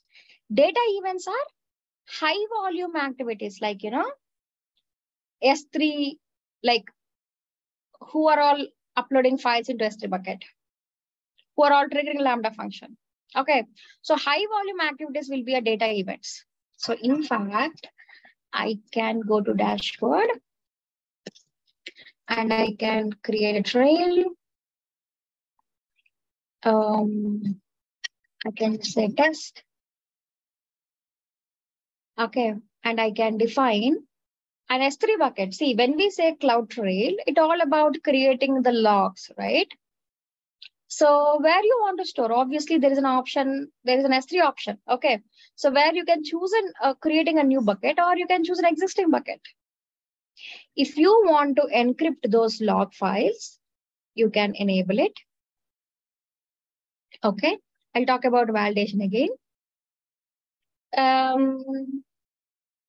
If you want to integrate with CloudWatch, okay. So configure CloudWatch logs to monitor your trail logs and notify you when specific activity occurs. Integration with CloudWatch and CloudTrail. You can optionally add some tag. And here, what kind of events? You want to go for management events? Data events? So data events is about if any activity is happening in a specific AWS service. High volume activities like S3 Lambda. These are the services which are supported. AWS have added a lot of things. Okay. So previously it is very less. In fact, previously there are only S3. Later they have introduced Lambda, and later they have introduced all these services. Okay. So if you wanted to know explicitly about a service, a resource, then you can go for data events, and AWS will cost us for that. Okay. And we also have another kind of events, which is insight events. It captures the unusual activity happening in your AWS account. If someone is trying to access your AWS account unauthorized, it will be under the insight events. Okay. Insight events. So CloudTrail event history, yes, it's basically capturing the last 9 days data.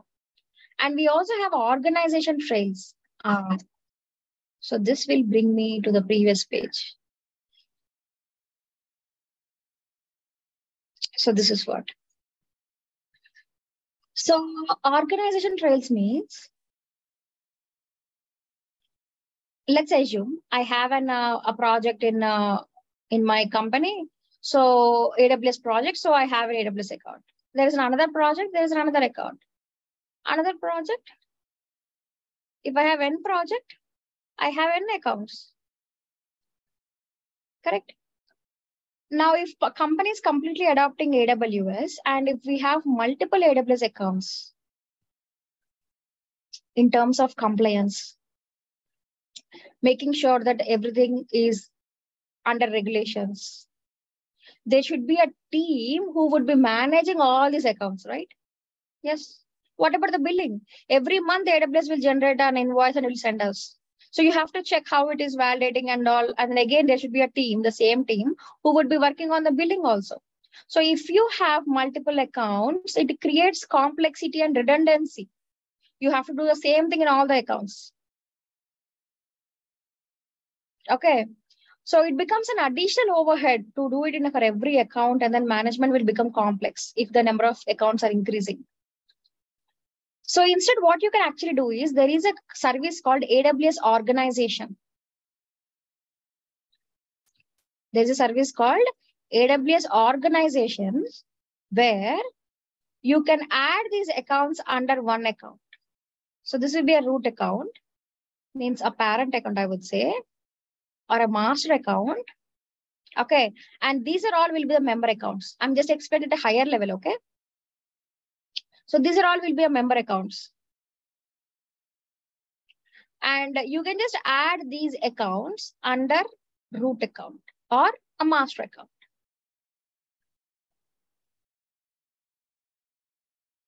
So now you can manage the permissions of these accounts from this account by applying policies, service control policies. So in fact, it will be like this. So you will have a master account. Under master account, you can have a member account, or you will have an organization unit. And under organization unit, you will have another account.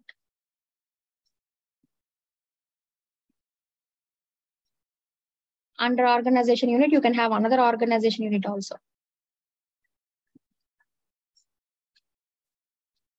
So ideally, it will be something, looks something like this. Not exactly this way. This is higher level explanation. Okay.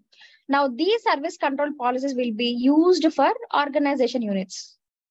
So maybe I want to apply different policies for different accounts. So I will create an OU, organization unit, and I will apply these policies to these OUs. Okay. So this is managing multiple accounts. This is a way where we can manage multiple accounts. Okay. Now, organization trails is if you wanted to know all the activities happening in all AWS accounts into one single S3 bucket, you can enable this organization trails and you can define this S3 bucket, and you have everything in one place, a single source of truth. So anything which you need within the activities happening in this account, you can just refer this S3 bucket. Okay. So AWS organization alone means managing multiple accounts. AWS organization trails means activities capturing into one single S3 bucket. Okay. Now you can manage the CloudTrail through console through CLI or APIs. And by default, CloudTrail encrypts the log files. But if you want, you can manage the keys using KMS, Key Management Service.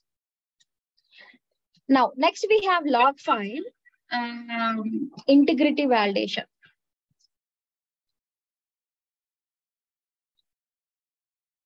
Okay. Now we learned that whatever the activities happening in AWS account, will be captured into a single S3 bucket. I mean, an S3 bucket. Okay.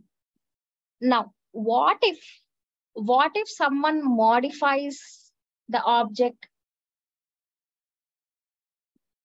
So let's assume that I have access to S3, I have access to EC2, and some RDS service also. Okay. Now, whatever the events which I do in my AWS account will be captured into one single S3 bucket. I know this. I mean, when I'm working. Now, I worked on EC2 instance where by mistake, I have created an EC2 instance without permission. Now, obviously, it's a mistake. I shouldn't be doing it, but I did it. Now, obviously, when I do some sort of an API call, the activity will be captured into single S3 bucket, basically create EC2 API request something.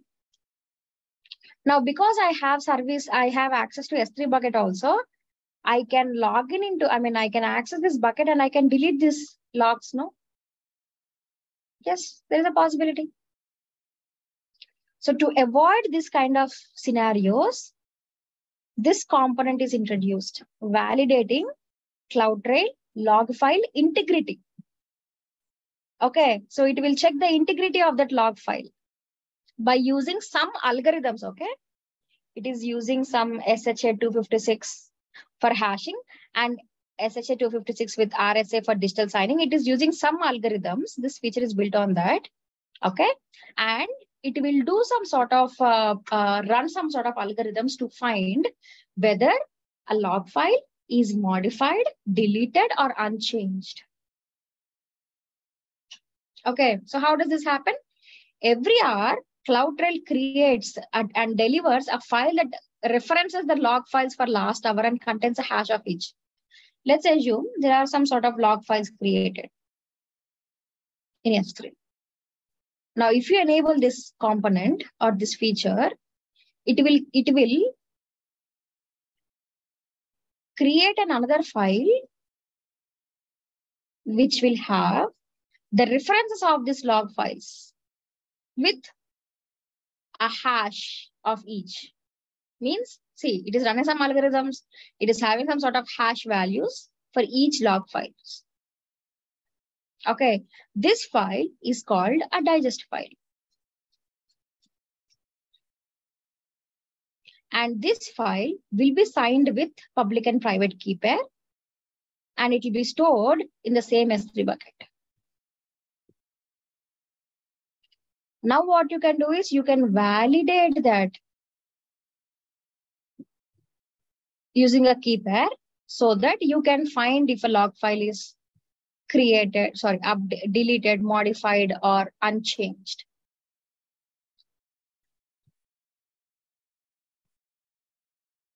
Okay.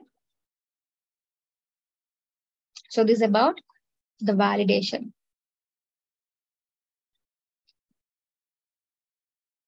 Any questions, please, in the CloudTrail?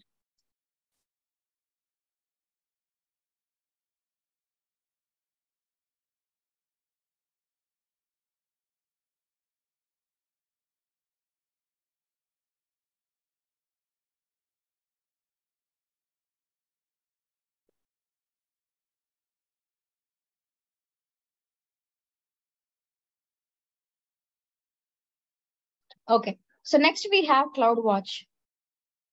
Do you want to go for a break?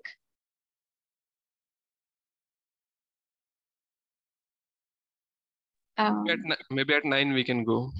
Okay. Is this information overwhelming you? A little bit, but we'll manage. Anyways, we'll have to revisit all the information. Means Yeah. for me, I visit back because I'm little lagging at once. But yeah, we can finish CloudWatch and then go for break. Cool, cool. So CloudWatch. So it's watching the cloud. In simple terms, it's watching the cloud environment. Okay. So what it actually does is it gathers the information about the performance of your AWS services. For example, CPU. CPU is a CloudWatch metric where it monitors that. Okay. And when you say CloudWatch is a monitoring service, it does two types of monitoring. One is a basic monitoring. Other one is a detailed monitoring or enhanced monitoring. Now, basic monitoring means where it will monitor most of the services for free. It's a basic monitoring. It will monitor most of the AWS services for every 5 minutes for free. For every 5 minutes, it'll go to the service. It will visit the service metrics and it'll gather some information. Whereas a detailed or enhanced monitoring, where you have to explicitly enable it, where it will monitor from second to minute. So basic monitoring is free of cost, whereas enhanced or detailed monitoring will cost us. Okay. Now you can use CloudWatch in multiple ways. Okay. You can integrate with multiple services because, let me show you as usually. I'll go to CloudWatch.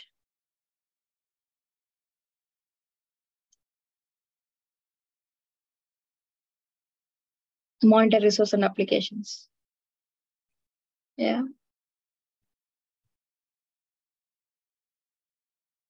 So CloudWatch dashboard looks something like this. Okay. So where you'll have metrics.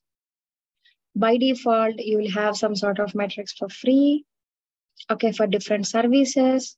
You can explicitly see few of the metrics for the instances. Okay, so this is an instance. See, and these are the metrics for this instance. Basically, information about it. Okay, so the thing which you can understand is CPU, the compute power. Okay.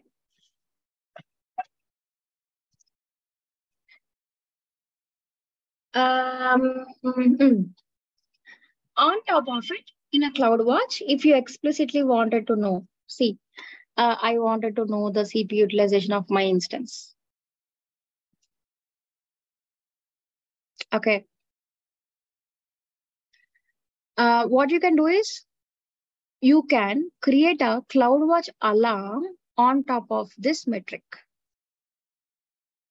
Okay, so when I say alarm, it's like this. If the CPU is crossing 70%, if this instance CPU is crossing 70%, I create a CloudWatch alarm. I can create it, alarms. And when I say alarm, it doesn't make any sound, okay? When I create an alarm, it turns, I can see this, there is an alarm state in the dashboard. Okay, so as you can see in the left navigation, so here I can see it, that there are alarms. Now we can check, okay, what are the metrics which are in alarm state? Something like this.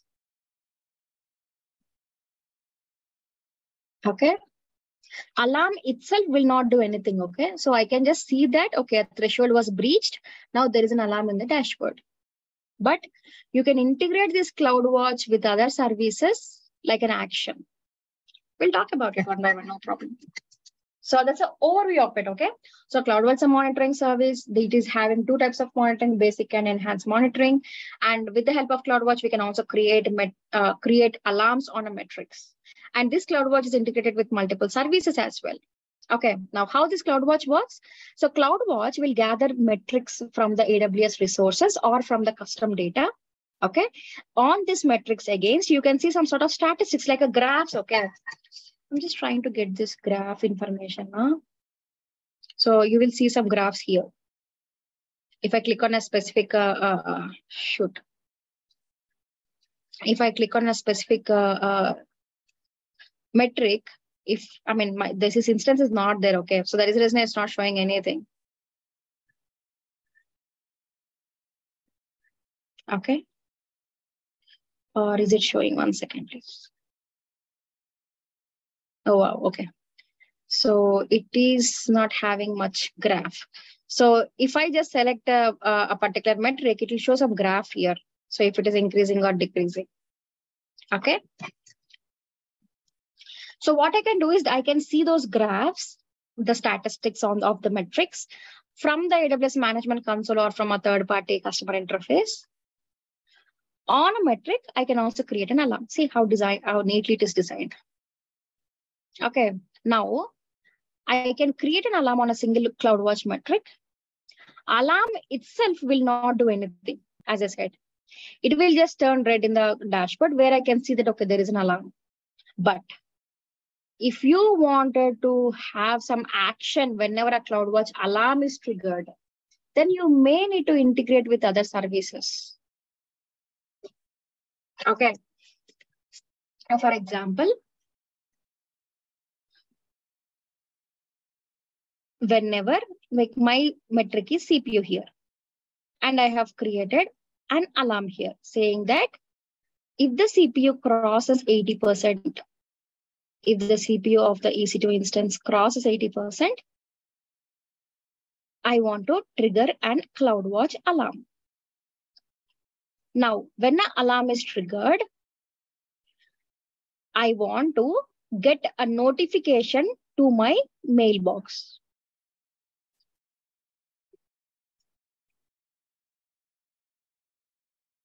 What I can do is I can integrate this SNS with CloudWatch alarm, and I can add your email address.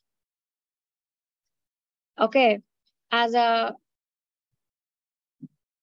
subscription, I can create a subscription by adding my email address so that if the CPU of the EC2 instance crosses 80%, it triggers alarm. Because you integrated, it is triggering the SNS. SNS will push a notification to your mailbox. This is one way of integrating. Okay. Optionally, or I can also integrate. Okay, not only one. I can also integrate with auto scaling group. Auto scaling, it will automatically scale by adding another EC2 instance. We'll talk about auto scaling in SNS again, okay? Just for an understanding. Yeah. So I can also integrate with auto scaling group so that whenever an alarm triggers, maybe the CPU is high, maybe I need another EC2 instance. So I enabled auto scaling. Auto scaling group adds a second instance to compensate the CPU. Okay. So I can get a notification, and I also know that, okay, there might be an instance which is added because I know that auto scaling is also integrated with CloudWatch alarm. So see, usually in AWS, we learn in different pieces. We learn the services in different pieces, but when you integrate it, make a solution. Okay. Now, how it happens in on-prem. So if you wanted to know the CPU utilization of a particular server, you need to log in. Or if you take an EC2 instance also, if you wanted to know the CPU, every time you log in and then you need to check running few commands. What is our CPU status every time? No, I can't. For security reasons, it's not good to access the EC2 instance directly. And also, I don't want to access this instance every time. So what I can do is, I can integrate with this CloudWatch alarm. With CloudWatch by creating an alarm. Now, in the CloudWatch, if I create a CloudWatch alarm, at least not EC2, you have to monitor the CloudWatch dashboard itself, right? Now, how do you know that alarm is created or not? You have to see the dashboard, right? So you need to see the dashboard instead of logging into the EC2 instance. What if you don't want to do that also? You integrate with SNS, at least you'll be active in your mailbox.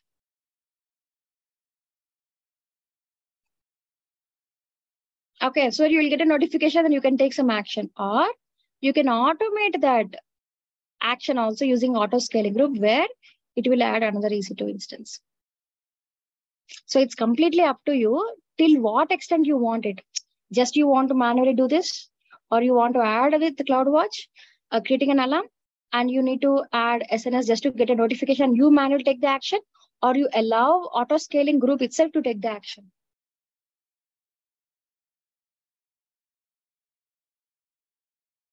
Okay. So metric is a fundamental concept of CloudWatch.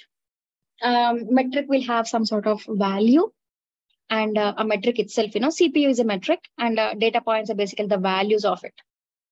Okay.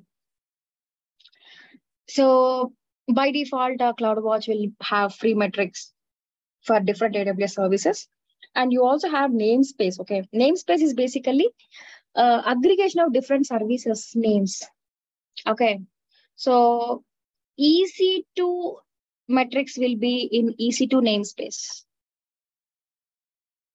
RDS metrics will be in RDS namespace. So it will create a separate container or a folder for each service so that these services metrics will not mistakenly aggregated. Okay. So namespace in simple terms is like creating different folders for different services. Next, we have alarm. Okay, we just discussed. Alarm will be created on a single metric, and alarm alarm itself will not do any action unless you integrate with other services. It can be an EC2, it can be an autoscaler, it can be an SNS. Okay, and there are three possible states for the alarms. One is okay. If the CPU is greater or equal to 80%, I want to create a CloudWatch alarm. If the CPU is less than 80% all the time, it will be an okay. So it is within the threshold. If it crosses 80%, it is in alarm state. But while you are creating a CloudWatch alarm, you haven't given complete information. It will move to insufficient data. Or let's assume I created a CloudWatch alarm of an EC2 instance initially. Later, I terminated the instance, but the alarm is still there. Now, the CloudWatch is not having any service to monitor. So the alarm will move to insufficient data.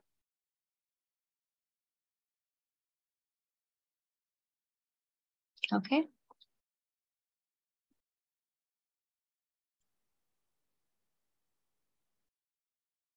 So that's about the security management services. Any questions, please? Wow, I exactly completed 9 o'clock. Huh? Amazing. Are we seeing this in practical? Like when alert is generated, we will integrate it with some notification service and notification getting triggered? Good. Thanks. You remember. You reminded me. Okay. So what we actually do is we will work on a billing metric. Okay. So if your billing crosses $0, so we are under free tier, right? So maybe this week is the last week, correct? So maybe these 4 weeks you might be actively working on AWS account, doing labs, assignments and all. But later the frequency will reduce. Now maybe you have created a resource and you forgot to terminate, and then you are not at all using your AWS account in a while. So what happens is, obviously, if it crosses free tier, you will see some cost and you will not know whether there is a cost or not because you're not logging in. So what we can do is we can get a notification to your mail whenever your billing crosses $0. If you enable this, okay, we will enable this. Okay. So in such a way that what we do is we will enable this billing as a metric. Okay. And we will create an alarm on this billing. Okay. Where if the billing crosses $0, I will create a CloudWatch alarm. And I integrate this CloudWatch one service with another service, which is simple notification service, SNS. And I will add my email address, the email address which I access very frequently on a daily basis. Okay. I will add that email address. It need not be your AWS account email address. It can be your personal email address, any email address. And you can add that email address as a subscription to this simple notification service, so that if your billing crosses $0, if it crosses $0, it triggers alarm, it triggers SNS, and you will get a notification to your mail. You can immediately go to your AWS account and you can take an action.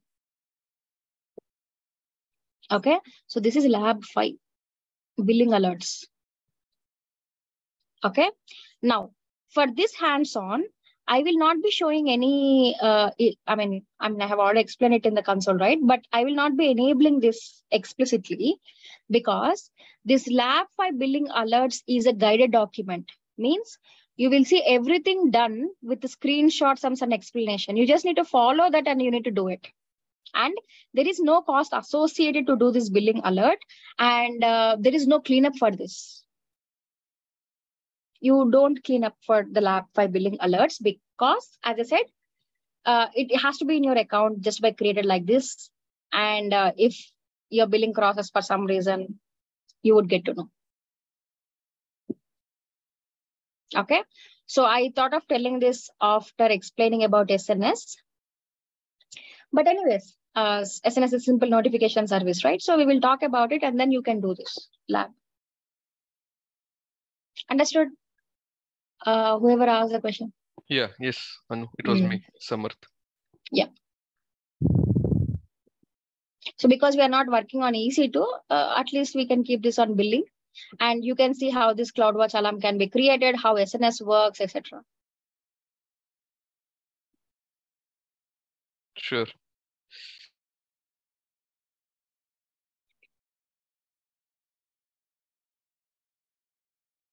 So post break, I will talk about IAM. I'll talk about SNS and SQS. And I'll also talk about cloud formation. Okay. And if I have time, this is like 2 or 3 minutes, just giving an introduction to the cloud formation. Okay. So this may take another 10 to 15 minutes, and this will take some 30 minutes. Okay. And remaining time, I'll give you to do the IAM hands-on and this billing alerts. That's it. Okay. If time permits, I also want to cover a few more services. See, what happened is AWS is keep on adding AWS services in the exam. I mean to say, AWS is updating their exam pattern. Okay. So they're adding multiple services. So if time permits, I'll also cover a few more services. Okay. Yeah. So any questions before I go for a break? I give you a break, in fact.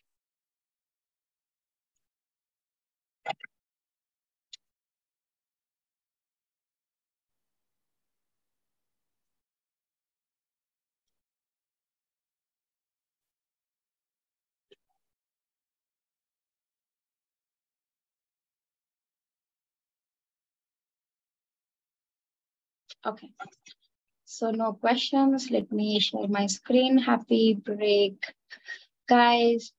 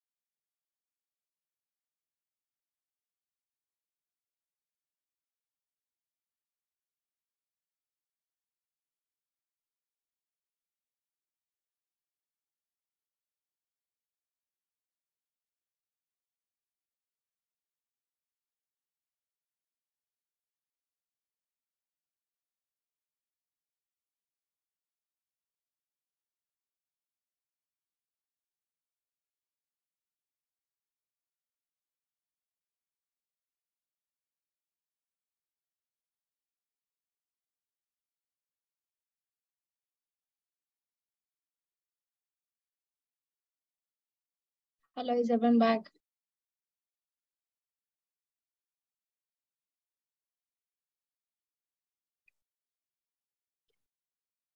Amazon VPC Lattice new service. Okay, so when I mean new services, I mean to say the services which are added in the AWS certification. Okay, on daily basis, AWS will be adding, weekly or monthly basis, AWS will be adding features and new services. That's not what I actually mean. I said that AWS is actually trying different services in the certification exam. Okay, so if possible, I'll try to look into few services. Okay. Now, do you know where microservices fit in the picture, and if we will cover, if we don't cover, how to study? AWS microservices. See, microservices are basically, a monolithic application is divided into multiple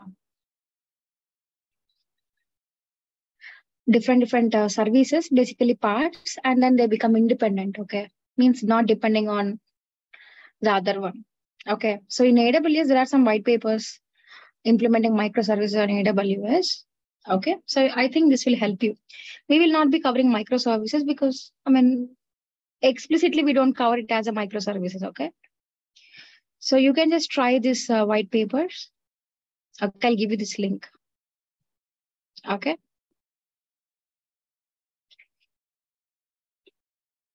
I think this will help you. Okay, Aditya? Yes, okay, ma'am. Because in backend programming, microservice, etc., they are usually asked in interviews. So yeah, I'll study from there. First, I'll complete AWS basics, then. Yep. Okay. So it's a microservice. So they have different service. See, what I understood is from this white paper is, see, microservice means ultimately you will have a big application, giant application where everything was tightly coupled. Microservices, they are divided into simple parts as you are already aware of it, right? Now, Yeah, like because customer AWS, order, because AWS services are of different use cases. Okay, so combining as individual service is a different service, right? It's a microservices only, right? So if you create an infrastructure having different components, it becomes a microservice. You yes. getting me? Yes, yes. So AWS is I think they're trying to explain in that sense, because you see, S3 is one service, CloudFront is another service, ECS is a container service, database services. They have just combined it. So user interface, application interface, and then the database interface. Yes, yes. It Okay, I'll becomes go a through it. microservice. Please go through it. Yeah. So let me give this link.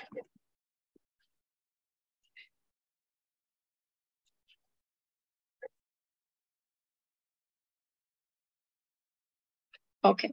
So now let's see what can be done. What are the pending things?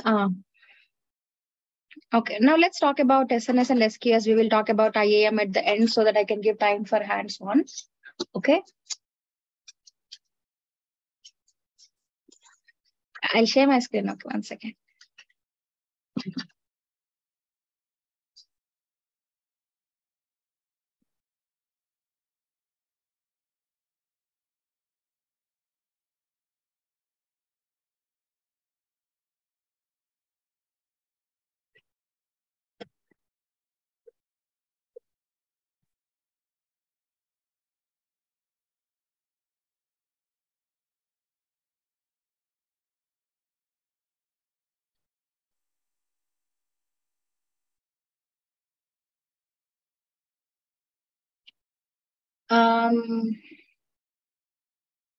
SNS. SNS stands for Simple Notification Service. Okay. A simple topic. Okay. So the first thing which we need to do in SNS is, or before that, let me give an analogy. Let's assume you are looking for a job in a particular company. So what usually we do is we go and subscribe to the job alerts in the company's website, so that whenever there is a job opening, you will be getting a notification through mail. Same thing. SNS will actually work in the same way. Okay. If an event is happening in any explicitly in AWS service, if you want to get notified, you can create an SNS topic. The first thing which we need to do is creating a topic. And then we subscribe to this topic with email address. I mean, we have a lot of endpoints, okay? Not only email, we have SMS, we have other services also integrated with it. Okay. And you need to add this topic as an event. Okay. In a service. For example, the one which we discussed in the billing alert is CloudWatch alarm, right? But we can also add S3.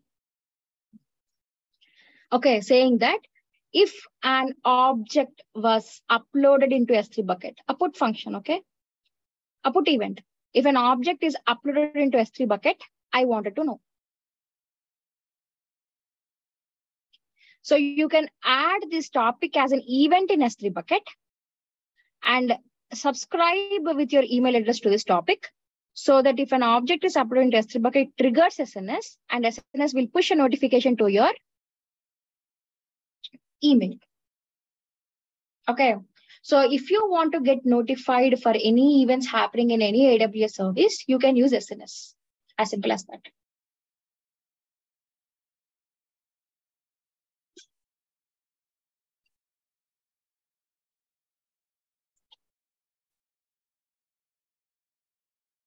So it's a highly available, durable, securely, fully managed PubSub messaging service that enables you to decouple microservices, distributed systems, and serverless applications. And it is basically a push-based mechanism. Okay, whenever an event occurs, it triggers SNS, and SNS will push a notification. So SNS is a push mechanism, supports a push mechanism. Okay, and you can send the same notification to different subscribers, like to email, to SMS. Okay, to Lambda, to SQS also. And it reliably deliver message with durability, automatically scale your workload, simplify your architecture with message filtering, and keep messages private and secure. Now, how it works? So whenever a publisher messages from the distributed systems, it triggers SNS, and SNS will filter out and it will send the notifications to different subscribers. And what are all the subscribers supported? Few of them are, email, SMS, HTTPS, SQS, Lambda. We have Kinesis. AWS has added few more also. Okay. So SNS topic is like communication channel between the publisher and the subscriber. Okay. So as soon as publisher has some event occurs, because it is integrated, SNS will push a notification. That's simple. Okay. Next we have SQS. SQS is a queuing service. See, it's very much similar to SNS, but the difference is, in terms of picture, so you will have a publishers and subscribers or producers or consumers, but instead of topic, you will have a queue. Basically, it's like a pipe where the producers will be producing the messages and the consumers will be consuming it. So here it is about sending a messages. It is not a notification service, okay? So in SNS, if a notification, if an event occurs, it triggers SNS and it will push a notification to a subscriber. But SQS is not like that. It's basically a messaging middleware service. Instead of you managing a messaging middleware, interaction between different components, you can use SQS. Aditya, I think in microservices also, to interact between service to service, SQS can be used because it will loosely couple the components. Yeah, two microservices, I think they communicate with queue only. Like, so if you place an order, it goes to in a queue and then queue by element, first come first serve, FIFO. Yes. In SQS also you have FIFO, first in first out. Okay, so if two components are actually need to communicate, you can communicate using a messaging middleware like a queue. In AWS, we have SQS. It's a managed service where you can just enable this in few minutes. Okay. It's secure, durable, available.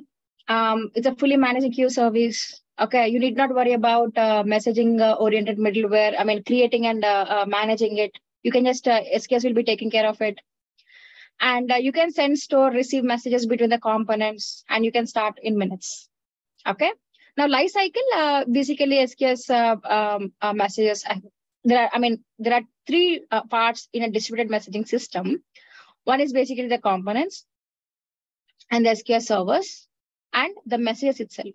And if you can see here, the messages are redundantly stored in multiple SQS servers for high availability.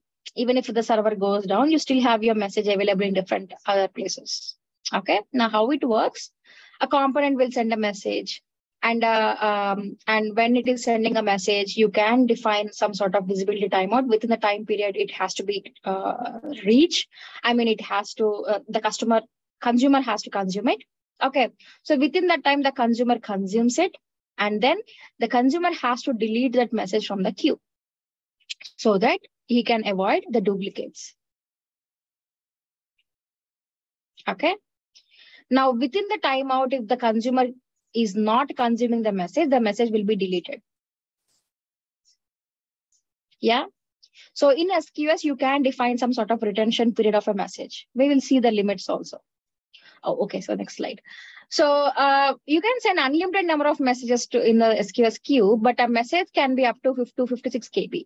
If your message is crossing 256 KB, you can take an advantage of S3 where you can go for 2 GB. And we have two types of messaging queues. One is standard and FIFO queues.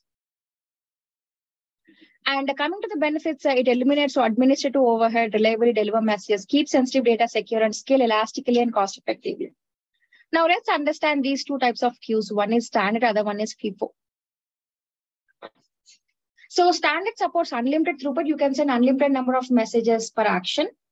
Whereas FIFO, high throughput, where you can send only 3,000 messages per second, but it's just a soft limit. You can increase it by raising a request to AWS. And when you go for standard queue, a message will be sent to the customer once, but occasionally there will be a duplicate message. Means if a consumer one sending another message to a service two, a service one is sending a message to service two, a message will be sent at least once for sure, but occasionally duplicate can send. And whereas in FIFO, exactly once processing, there will be no duplicates which are there. Okay. And in standard, whenever multiple messages were sent, they may not be in the order while receiving it. But in FIFO, the order was strictly preserved. Okay. Now coming to the retention period. So when you send a message in the SQS queue, you can keep it for 14 days maximum from 1 minute. Okay. Default is 4 days. Means if you don't do anything, by default, it will be 4 days. And once the retention period crosses, the message will be deleted. Okay. And you can create different queues for different cases. Like, for example, high priority queue, low priority queue. You can create different multiple queues based on the priority. And this SQS can be integrated with multiple services as well. And we do have good reliability with the messages because, as we can just see before in the slides, the messages are redundantly stored in multiple copies. There is no way where a message will be lost. Okay, so you have good reliability with SQS.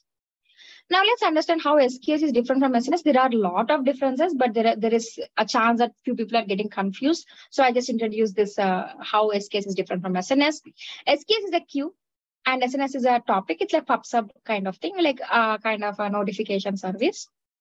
And SQS is a pull mechanism. See, the consumer, the service one to service two, okay? The service two or the consumer has to consume it, has to pull or pull the messages from the queue. But the messages are not pushed to the receivers automatically, whereas in SNS is a push mechanism, SQS is a pull mechanism. Okay. So whenever an SQS, a message is sent through SQS, it will be sent to only one receiver. Guys, you can hear me, right?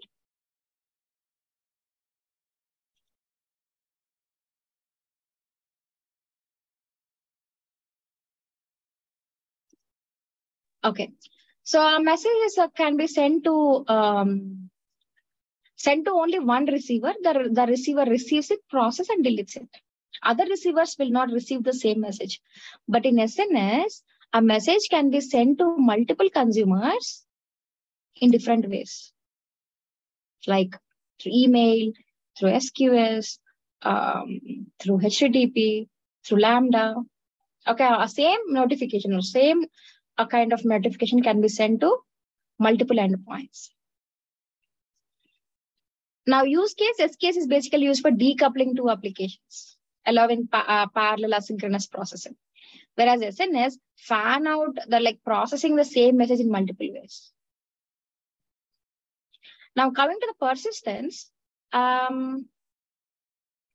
so in the queue, if I send a message, that message I can keep it for 14 days maximum. Now, if there is no consumer, it will be there for at least 14 days. After 14 days, it will be deleted.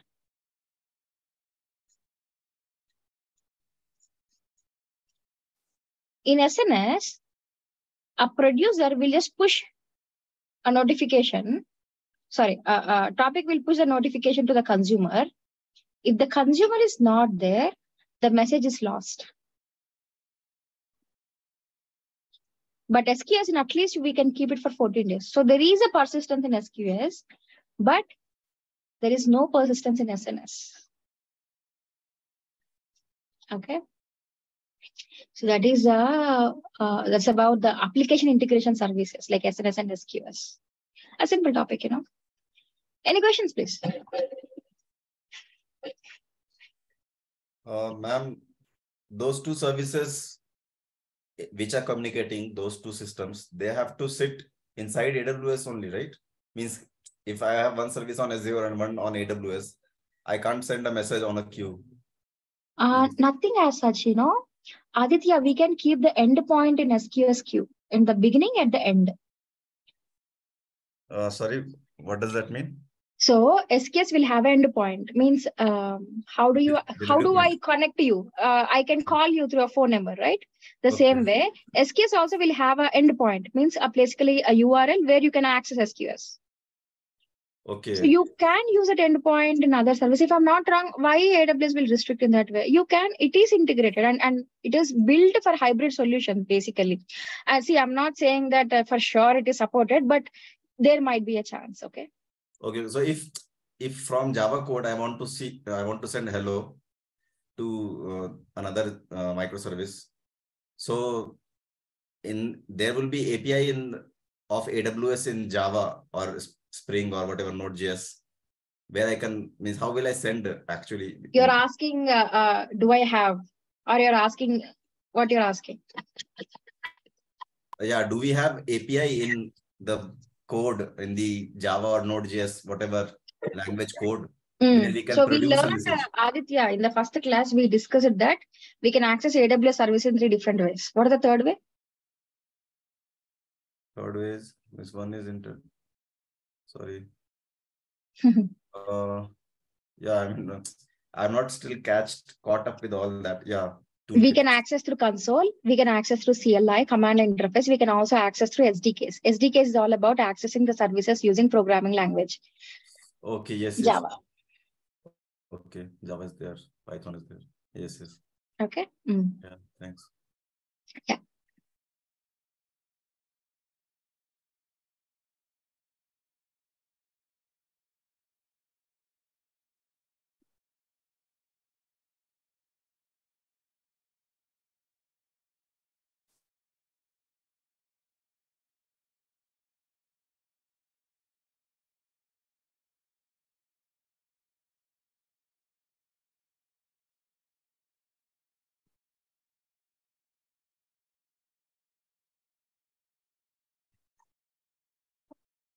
So before I start with IAM, let me just give you an introduction to AWS Cloud Formation.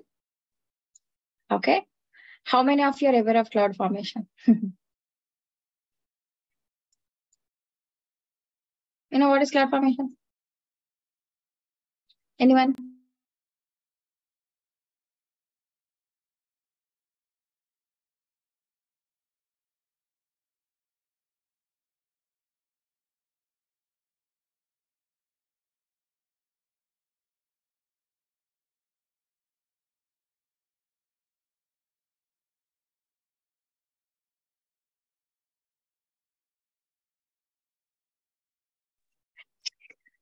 To push data in the cloud. No, yeah. Okay, no problem. See, if I want to create an EC2 instance, for example, what I do? I go to console. I will select AMI, instance type, VPC, security group, subnets, the storage, everything I will select, and I will launch an EC2 instance. Correct? That's what I do. But what if I want to create an EC2 instance every day, multiple times in a day? I have to do the same thing multiple times again and again.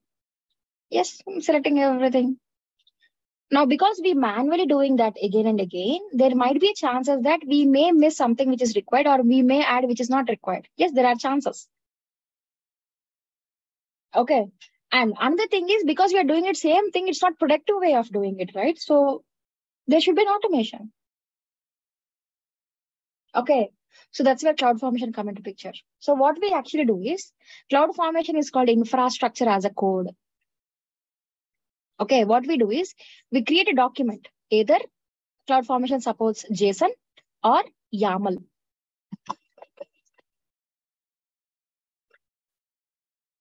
JSON or YAML. So what you do is, you create a document giving all the details about an EC2 instance. AMI ID, instant, T2 micro, for example, VPC ID, subnet, security group, storage, okay, the key pair. So any other user data, advanced details, everything I have to give it in a document. Okay, create a document, upload this document in S3 bucket, and call this S3 bucket from the CloudFormation stack. Okay, so call this object from S3 bucket from the CloudFormation stack, and the CloudFormation will create an EC2 instance for me. Now, from the CloudFormation stack, if I call this object 1,000 times, it will create exactly the same instance every time. Okay. Now, you can use a CloudFormation if you are doing some sort of task multiple times in a day. See, what if I just want to create an EC2 instance? That's it. You can manually create it. But let's assume if you have a project will have a prod environment. If you're developing explicitly, you will have a prod, but before that you will have a dev and then the test. So all the three environments should have the same exact infrastructure. Prod will have the real-time data, where the dev and test it will not have the real-time data. That's the only difference. But infrastructure should be exactly the same. That's how you develop it, test it, and then move to production. Now, what if your project is so huge that you have a lot of components? Do you manually do it every time? It's not that I'm not saying it's not possible. It's just that, it'll create a lot of complexities. So what I can do is I can just simply create a doc template like my project 1, and I upload it in S3 bucket, and I call from the CloudFormation stack again, and it'll create exactly 3 same infrastructure. So it's an infrastructure as a code. With just code, you're building the whole infrastructure. It's a very powerful tool. And the CloudFormation supports only AWS, right? If you're aware of Terraform is also an infrastructure as a code. Okay. Terraform not only supports AWS, it supports Azure and GCP also. And Terraform uses a language called Terraform only. If you remember, I said, right? So see, while you are learning AWS, yes, we will start with console. But in real time, we will not use console. So we use CloudFormation. It's one sort part of it or side of it. Organizations may use CloudFormation to create the infrastructure.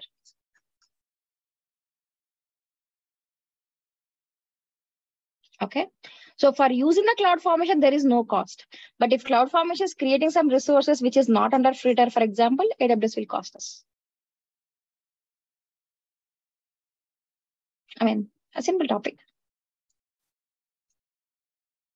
And template will have some sort of standards, There will be different components in the template. You need to follow that in order to avoid errors while creating an infrastructure.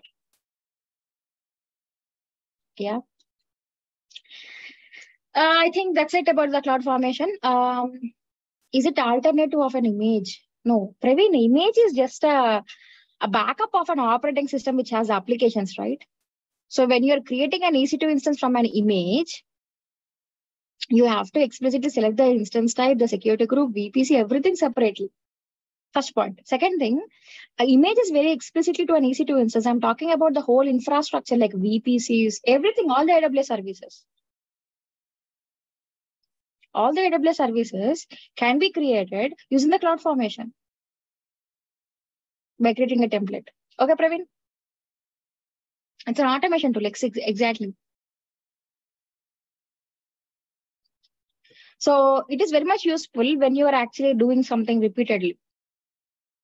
Or I want to have the whole infrastructure in a single template so that I would know what exactly are there. Yes. Compliance, security reasons. Okay. So it provides a common language, a YAML or JSON in a text file. You can just write in a simple text file. It serves as a single source of truth and there is no cost associated. And coming to the benefits, more little. So you can just model your entire infrastructure in a text file. This will act as a single source of truth for your infrastructure and you can just create an infrastructure from there. Automate and deploy cloud formation provides your resources in a safe, repeatable manner, allowing you to build and rebuild your infrastructure and applications without having to perform manual actions or write custom scripts. It's just a code. Codifying your infrastructure allows you to create your infrastructure as just code. You can order into code editor, check into version control system, and review the files with team members before deploying into production. And how it works? You just write it in a simple JSON or YAML format, upload into S3 bucket, and call from the cloud formation stack, and the cloud formation will build the infrastructure. Okay, so we already covered the migration services. So that's about the cloud formation. If you are interested, you can try learning the YAML or JSON. Okay. So it is you'll have good advantage if you learn JSON because JSON is used in many services. Okay, for example, log files are in JSON format. And this cloud formation is there in JSON. The S3 bucket policies are in JSON. Okay, for example, IAM, which I'll be covering now, the policies will be in JSON there also. Okay. So if you learn JSON, JSON is just a format, okay, how it is designed. Okay. So if you learn JSON, yes, you will be very much comfortable when you see a policy and you can just understand it. Anyways. So now let's move to the last topic for today, which is IAM.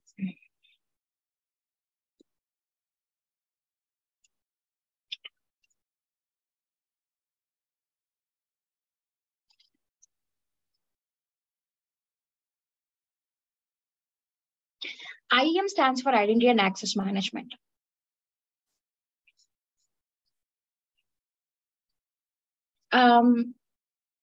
If you want to work on AWS, you need to have an AWS account.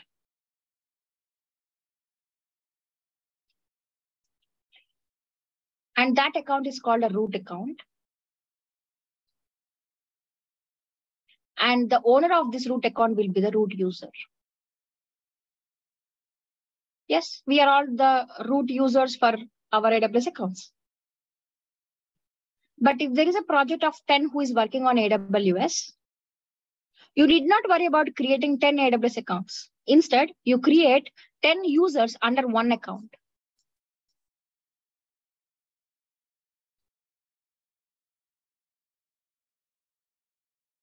These users, user accounts, right? So these users will be able to access this AWS account only, but with the limited permissions.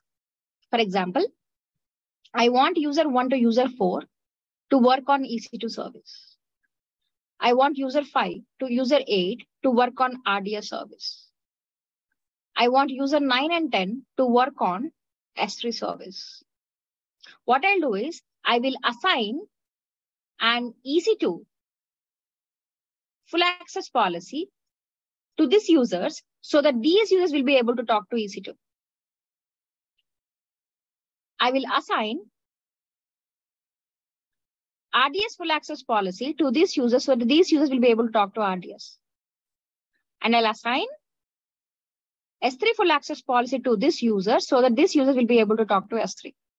Now, these user accounts are not separate AWS accounts. They are the AWS accounts within the root account. And these user accounts will be accessing this AWS account according to the permissions or the policies which is assigned to them. Okay. Now, when you create a user account, don't worry, we'll do the hands-on also. When we create a user account, this user account will have some credentials like username and password. Now, without sharing your root account credentials, they will have their own kind of credentials in order to access your AWS account, and they will behave according to the policies which we assign. So what is an IAM user? IAM user accounts. IAM users are not a separate users. They are the user which within your root account only. Okay. And this IAM user is basically called an identity of IAM. And the policies are the permissions itself. The policies are the permissions itself. Now, let's assume I have created 100 users over a period of time with different kinds of policies attached. Now, there is a requirement that these users need to access a service called DynamoDB. Now, what I need to do, I need to select each user and I need to attach this DynamoDB policy to these users. I need to do the same thing 100 times. What if I have more than that? I need to do that multiple times. It's again a non-productive way, right? Now, what you can do is you can create groups. For example, these users are very much into some sort of sales department. I can create a group with whatever the name I wanted.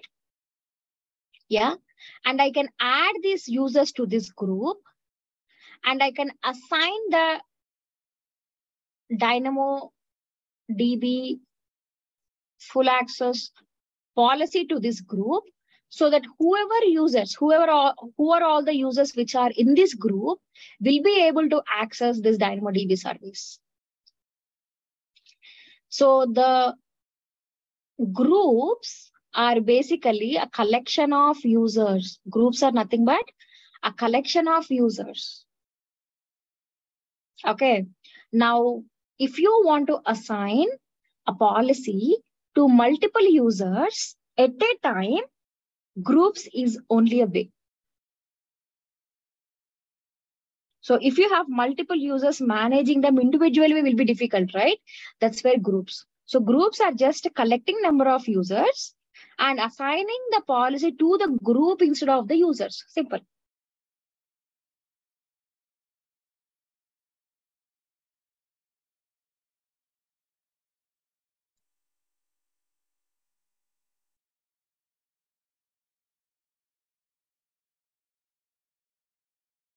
Now, let's assume I have an application on EC2 instance and a database on RDS.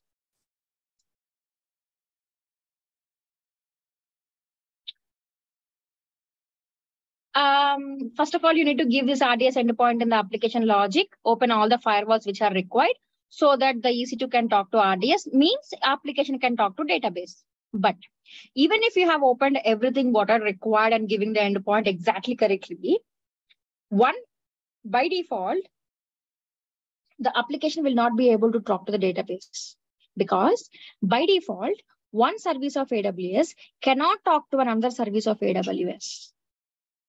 No, it's not possible. Okay. So for that, you need to have a role.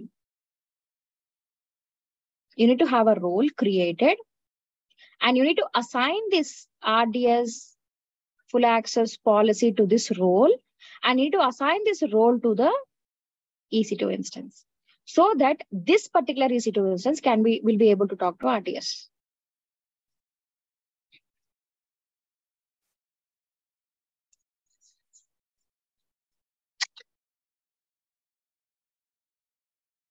I mean to say, let's assume there is a person. And if this person need to talk to RDS. First of all, I will create an user, IAM user, and this user account will have some sort of credentials. And I will assign this RDS full access policy to this user. And I will share this user credentials to this person so that this person will be able to talk to RDS service.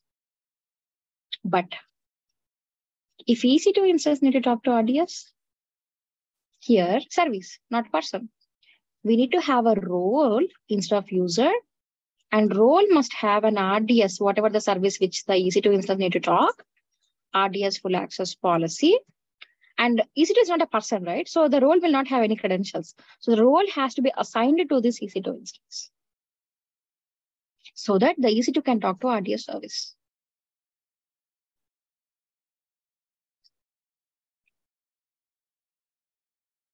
Okay.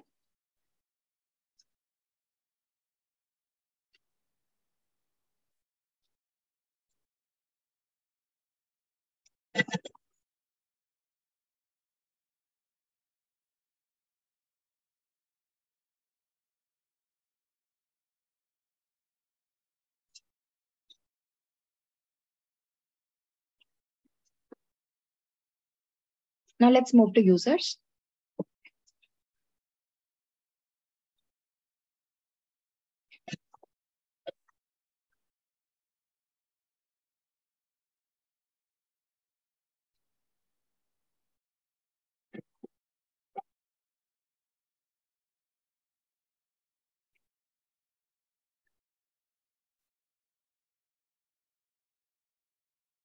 And let me create a user. So first of all, you can give a name as user1. And you can, if you want to give the console access to this user1, you can enable it. And then you can define, I want to create an IAM user. And this is the username. And obviously, you need to give the password. If you want AWS to generate a password, that's fine. Otherwise, if you want to create a password, you can just click on custom password and you can just give a password. And if you want the user to change the password in the next sign in, you can enable it. But I am the one who would be logging in, so I'm just keeping it as disabled. And if I want to add a user to a group while creating a user itself, I can do that. But I don't have any group and I don't want to do it now. And if you already have a user, a user, and if you wanted to copy that user permissions to the new user, I can click on copy permissions and I can select that user. Or you can straight away attach policies, which I'm talking about. Okay. Now, if I want this user to talk to EC2, so I would just search for EC2 full access and I can just select this policy. This policy is actually in JSON format. Okay. So if you're aware of JSON, we can also create our own policy. A custom policy also can be created and you can select that policy, for your users. Okay. There are existing policies which are like, for example, EC2 is an AWS managed. There are policies which are already created by AWS. You can use your own policy. You can create your own policy, or you can use AWS managed policies as well. Okay. And you can just see the review and create page where you can just see, and then you can just click on create user. Now, when you create a user, you will find a user login URL. So root, in order to log in as IAM user, you have to use this URL where there's a username and there's a password, where I can share it to that particular person through email, or I can download and share it. Okay, so let me take this URL and I will not open in the same window. Instead, I'll open a private window and I'll try to log in because it will not interrupt my root account. Just to avoid the interruption of my root account.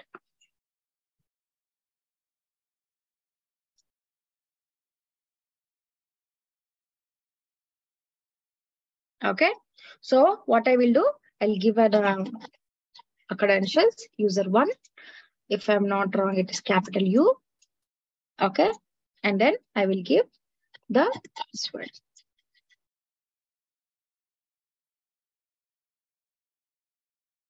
So if the credentials are correct, I will be able to log in. This is my user account. You see, the difference of root account and user account is this. IAM user account is this.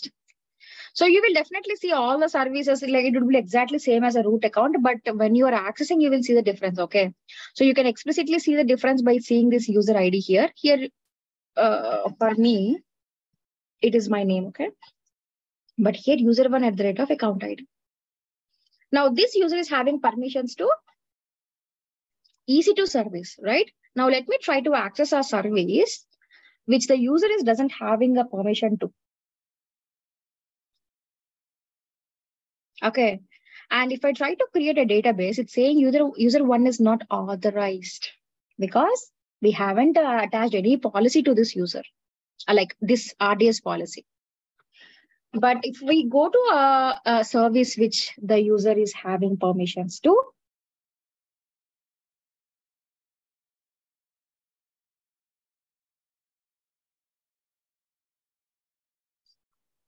I should be able to create an EC2 instance without throwing any errors. You see, there are no errors. I can explicitly launch an instance. Okay. Now, let me go back to the groups and let me create a group. So I can create a group with different name. So I can just say dev and I can add users to this group. Okay. While I'm creating a group, I can add this user to the group, or I can also do after creation of a group. Let me show you the later part. And you can attach the policy to these groups. So what I will do, I'll try to attach an RDS full access policy to this group. And I will create a group as simple as that, giving a name, adding users, defining a policies. That's simple. Now this group is not having any users. So let's go and add the users. So click on the group, add users, click on the user and add it. Now I have added this user to the group and this group is having an RDS permissions. Now if I go to user, this user is having access to two services, which is EC2 and RDS. EC2 is directly attached, and whereas RDS is via group dev. Okay. Now, if I go back to the user account and if I try to access to RDS now,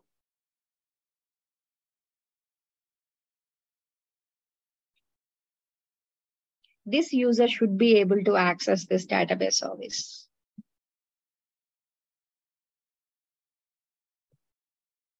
See?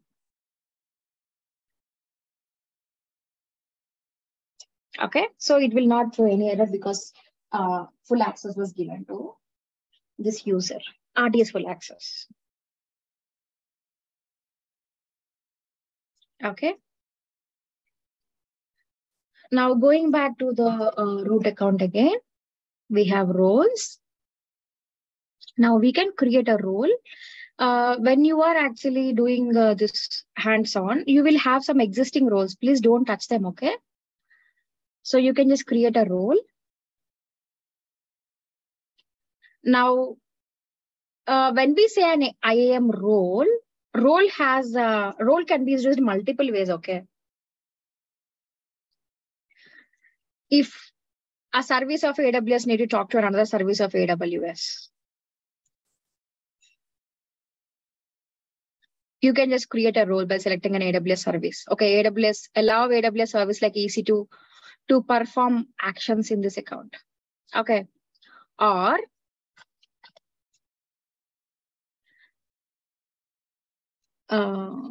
we will do only this, okay? But I can explain other ones. Or if you have a dev account and you have a prod account, and user one from dev account want to access a service, okay, in prod account, you have to create a role again. So allow entities in other AWS accounts.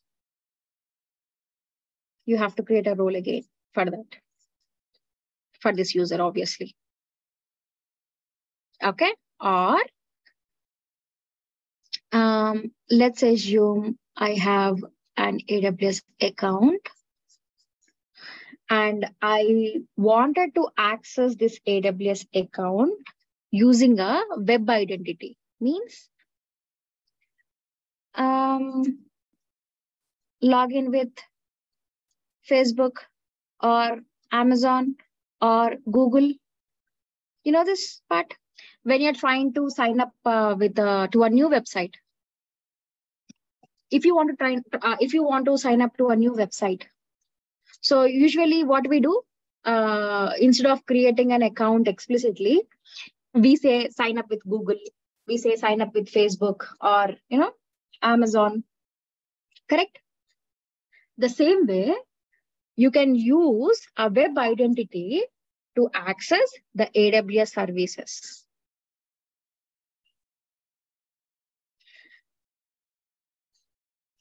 You can also access the AWS services from your corporate identity. Means you have an AWS account and you have an organization.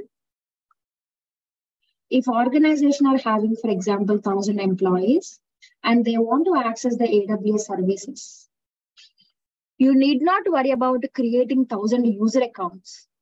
Instead, what you can do is you can federate the existing users. Means when you say organization, let's assume I am working in an organization, this organization.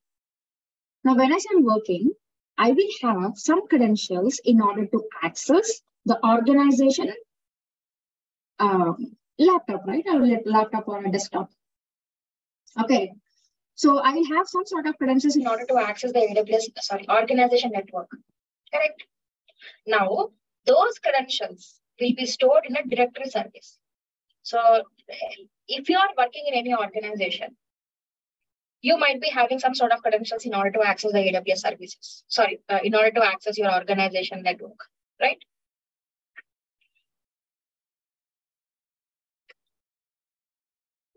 So those credentials will be stored in a directory service in any organization. Okay, so there will be a directory service where it stores all your credentials.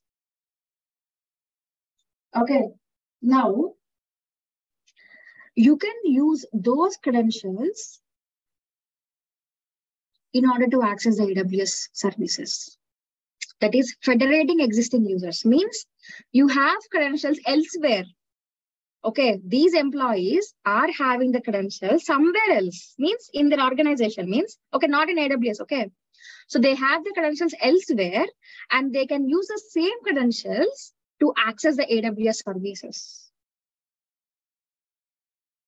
Okay, so when you make a request, it generates a security token service. You need to submit the token service to an IAM, and IAM will provide access to the AWS services. For example, this. Okay, so if you want to access from one account, if you want to access with a web identity, if you want to access from your organization, yes, you have to have a role for that. You can create a role for that. You can also explicitly create a custom policy and to access the AWS account. This is a custom one. I mean, explicitly if you have any other specific use cases.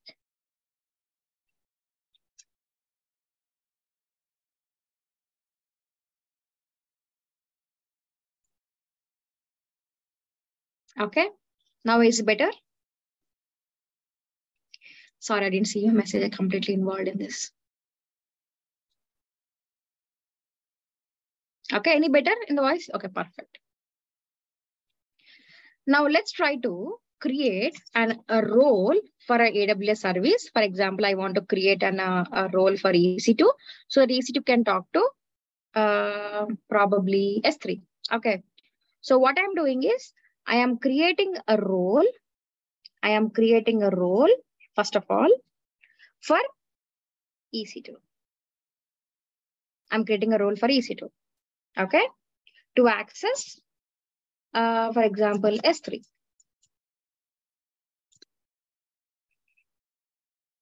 Okay. So what I'm doing, I am defining an S3 policy attached to this role.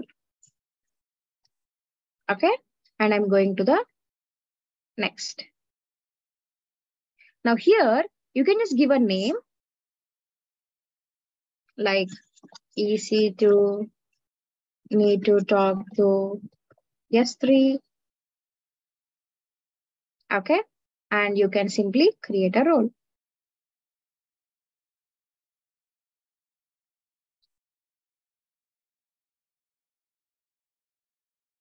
Now that you explicitly created a role, now you need to explicitly assign this role for an EC2 instance so that only that instance will be able to talk to S3. Okay. Now role is created. Let me go to EC2.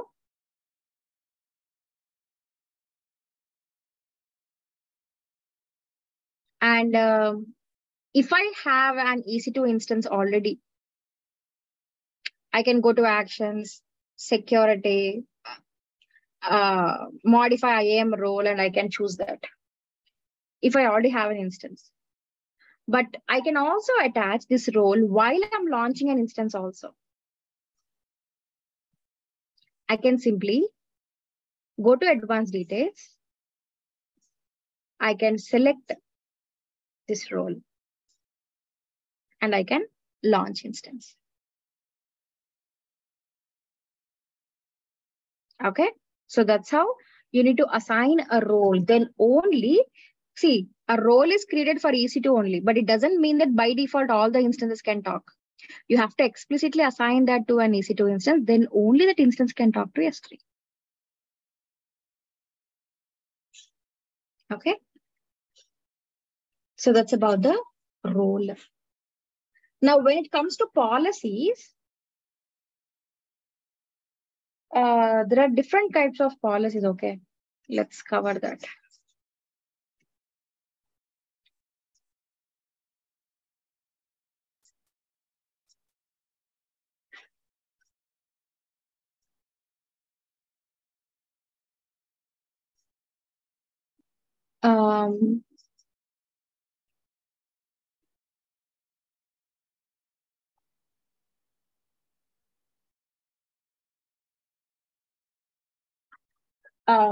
Identity-based policy, first of all. Identity-based policies.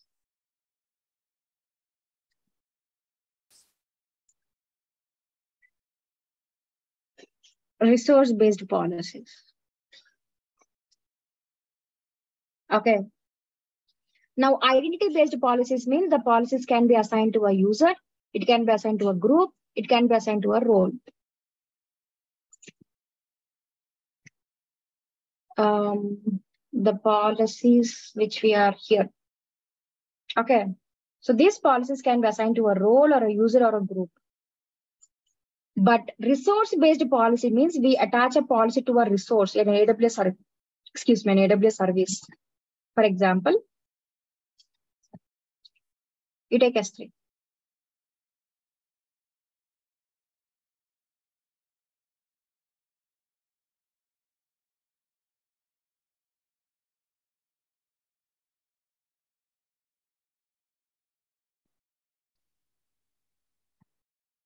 So bucket policy.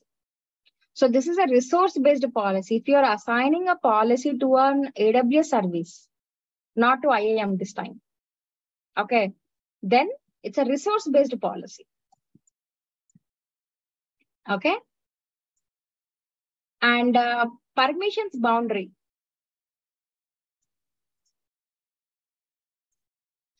So permissions boundary is, now that I have an IAM user, right? Okay. Now there is a feature called a permission boundary. So permissions boundary. So you can define what kind of permissions the IAM user can have, maximum. Maybe I wanted to give EC2, ES3. I can just define that permissions here so that IAM user will be able to access only those two services at max. For example, let's try to see, okay? I have recently explored this. So I will give only EC2 full access. I'll set the boundary. Okay.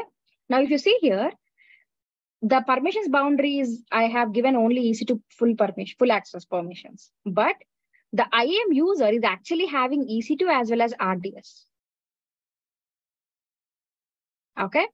Now let's try to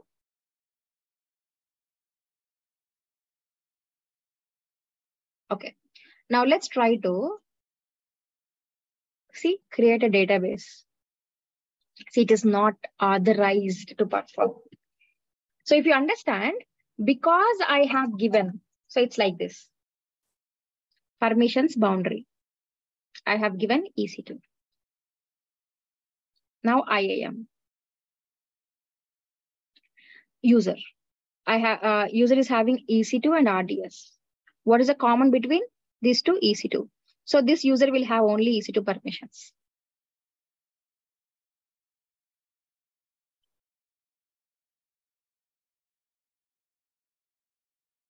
Okay, so permissions boundary is where we can actually create a boundary for the maximum permissions a user can have. Okay. And just yes, please. one question. So in the permission boundary, if we have given permission to S3, then only S3 we can have the permission for that user, or let's try this. Okay. So now S3 full access. I'll show you. Now the boundary is having S3 and EC2, but the IAM user is not having it. So will he be able to access it?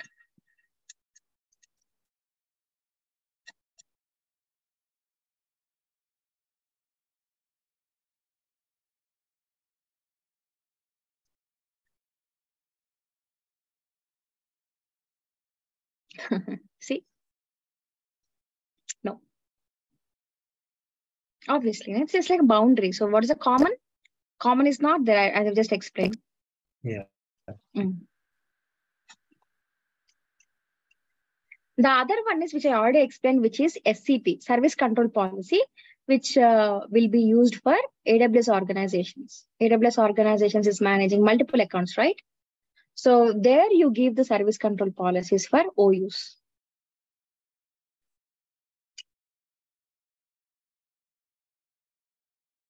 Okay. Any questions, please? I'm getting confused with that restriction boundary.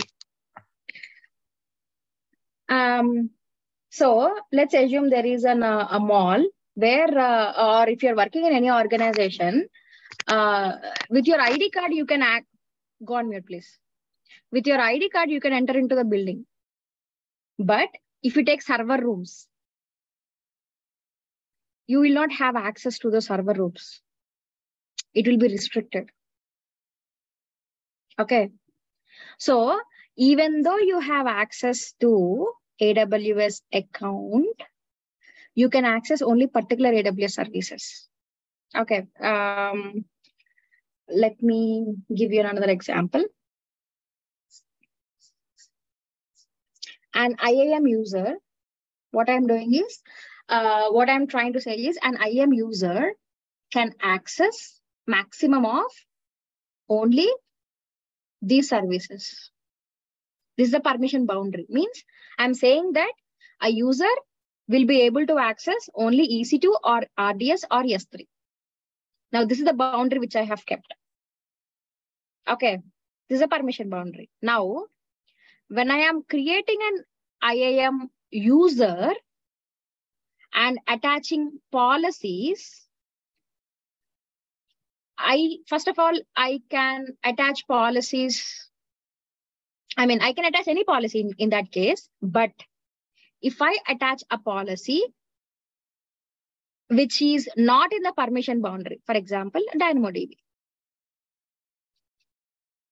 because this IAM user permission boundary doesn't have DynamoDB, this user will not be able to talk to DynamoDB because it is not in their limit.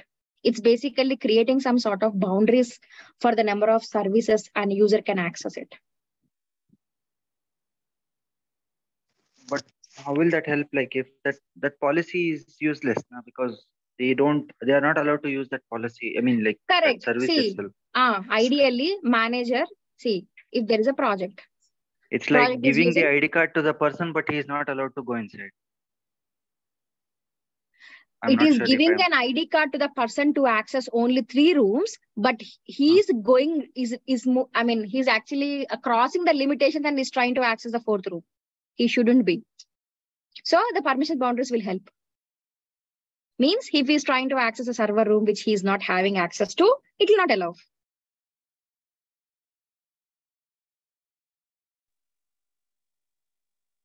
Okay. Mm.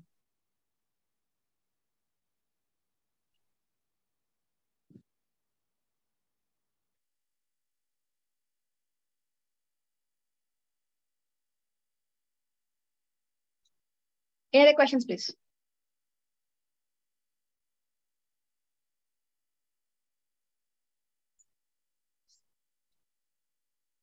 Madam, one doubt actually.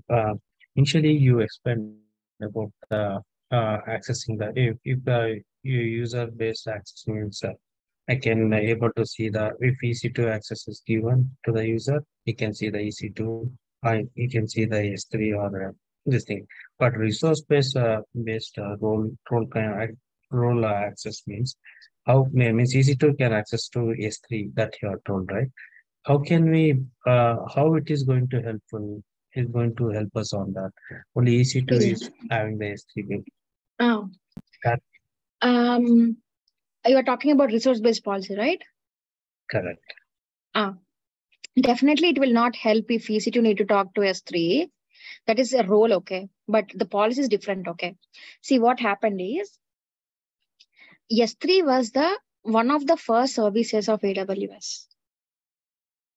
Okay. When S3 is introduced, if you open S3, you will have n number of features. Just because it is a first service, they have added a lot of features. Permissions, policies, different kinds of features. Okay, I don't want to explicitly go elaborate because it's out of context. Okay. Now, later IAM is introduced. Definitely after S3. Okay. Now, instead of using IAM, so let's assume I have a user 1. User 1 want to talk to S3. That's a requirement. Okay. Now, for example, Mohit. Mohit need to access to S3 service. Now, I can create an IAM user and I can provide S3 full access policy and attach a full access policy. And I will give these credentials to this Mohit so that the Mohit will be able to talk to S3 service. It's one way. The another way is I create a user and in S3 bucket policy, I will provide this user information. I will give user 1 can talk to S3 bucket so that this user will be able to talk to S3. There are 2 ways. Without using IAM policies, you can use bucket policy. That is the reason we have 2 types of policies, resource-based, identity-based. Okay. Okay.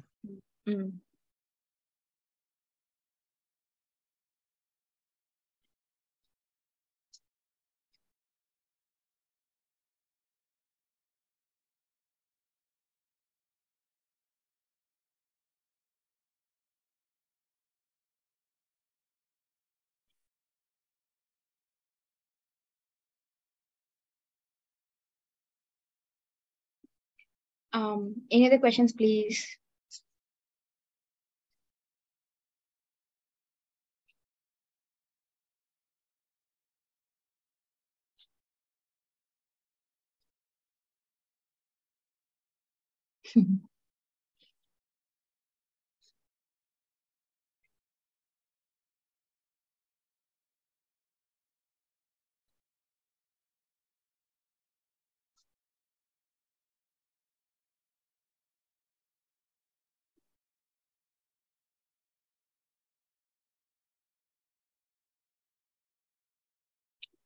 Okay. So now what you can try to do is IAM practice. IAM is free to use, okay? Okay, 1 second. Let me share my screen and tell you. You can try to create multiple IAM users groups with different policies. You can play around because IAM is free to use. First thing. Second thing is enable MFA on your AWS account. Explore what is MFA, how to enable on your AWS account. It's an additional layer of security on top of your AWS account. Okay, so this definitely can be an interview question. If someone's attending AWS interview, they'll ask what is MFA.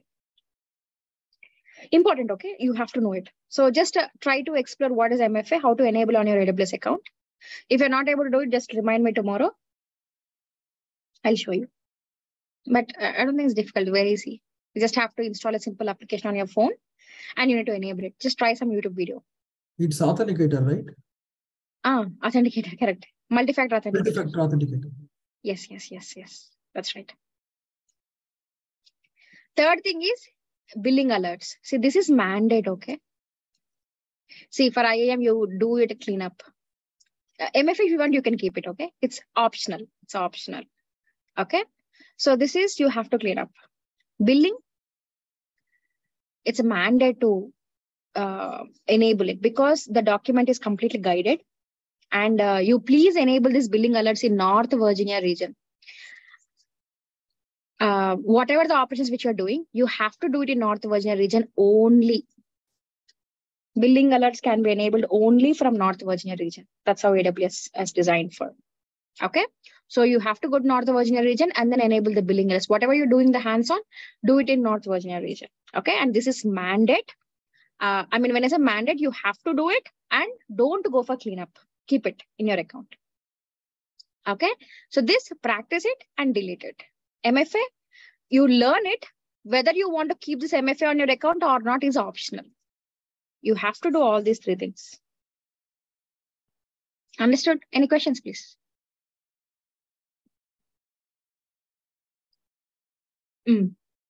Okay, cool.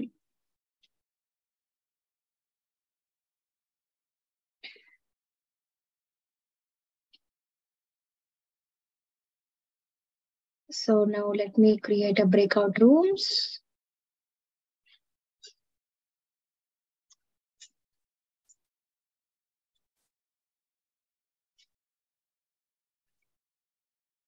You don't want to practice? Number of participants are leaving.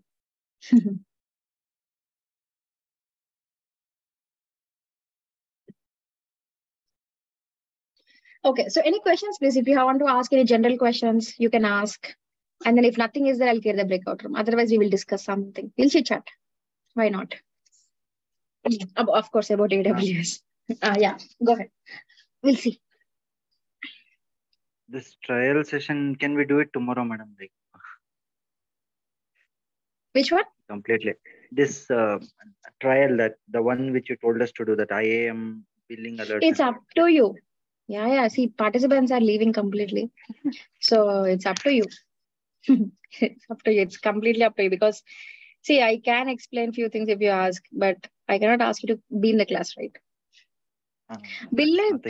See, practice, if you do practice once, see, seeing is fine. If you do it with your hands, the experience will be different. I mean, initially you may not be knowing it, but it's fine. Not a problem.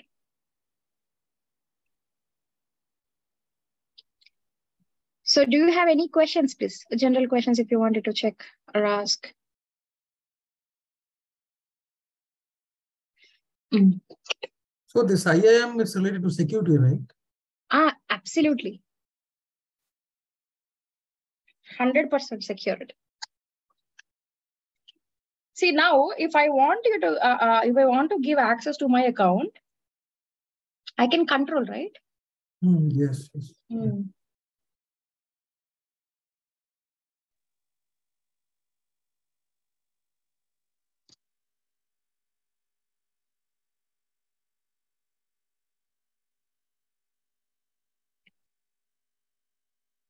Do we learn Lambda? Sachin, Lambda was already discussed in the EC2. When I'm discussing about EC2, I covered Lambda. Yeah. Yeah, if you explicitly wanted to know any particular service, you just give it in the chat. If I know, I'll explain. Otherwise, I will share the documentation. Okay. So for Lambda, please go to that recording. I've explained at a higher level what exactly is Lambda, how it is used, how it is different from EC2, etc. Ma'am, in brief, can we just discuss some small topics on the interview aspects, like how they'll ask, like you said, for MFA they will ask, and like something like that. Overall, like if we are attending AWS interviews. Santosh, I don't explicitly say this, okay? Because whatever I cover in the classes, see, that can be an interview questions.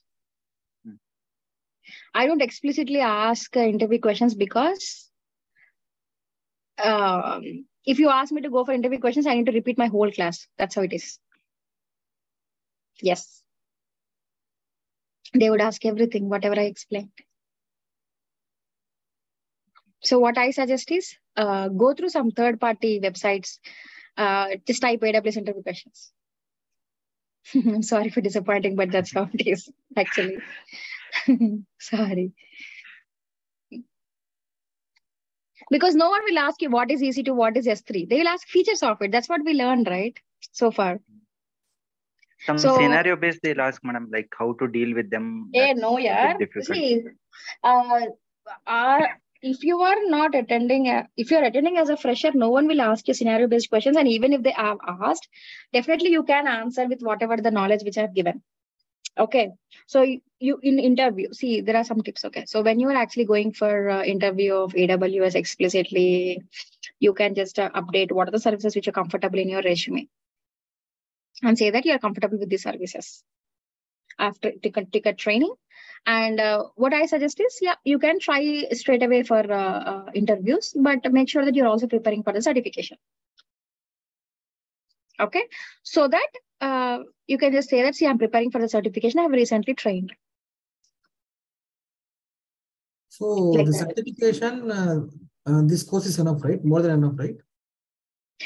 So they go through everything. Interview, this course is, of course, it's enough. It's enough. It is just that you need to practice the practice test, Srikanth. No certification, I'm asking. Certification only. See, for certification, you need the practice test. See, when I say this course is enough, definitely is enough. When, for example, it's like I have explained you the concepts, right? But in the exam, they will ask you scenario-based questions.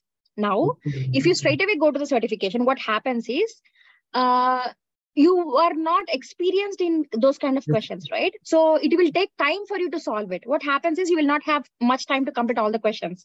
So that is the reason what I suggest is after my training, straight away, you go for practice tests, so that your brain will get habituated to such kind of questions and it will not be something completely new when you're in the exam. Getting me? Okay. Time limit is there, yes. 130 minutes, 65 questions, $150. What was the percentage? Recording 720 points. See, recordings, check with Star Agile team, please. Muhammad Anis Khan. Okay. You asked something? Percentage. See, there will be 65 questions. There will be, these questions will be marked segregated into some 1,000 points. Okay. So out of 1,000 points, you need to get 720 passing score.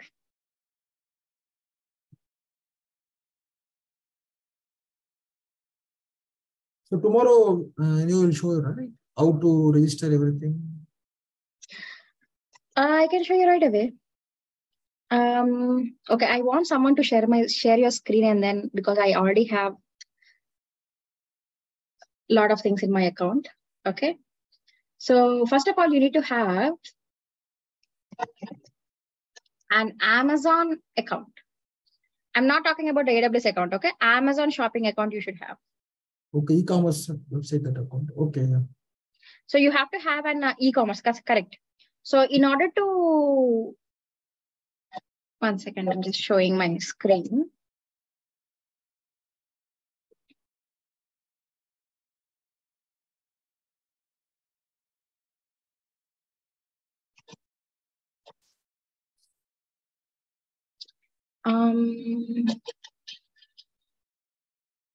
Let me share my screen, and then I would say, Mohammed Anis Khan, I told Star Agile team will provide you the link. Okay. When you say, can you share? I don't have the link. That is the reason I'm directing that request to Star Agile team.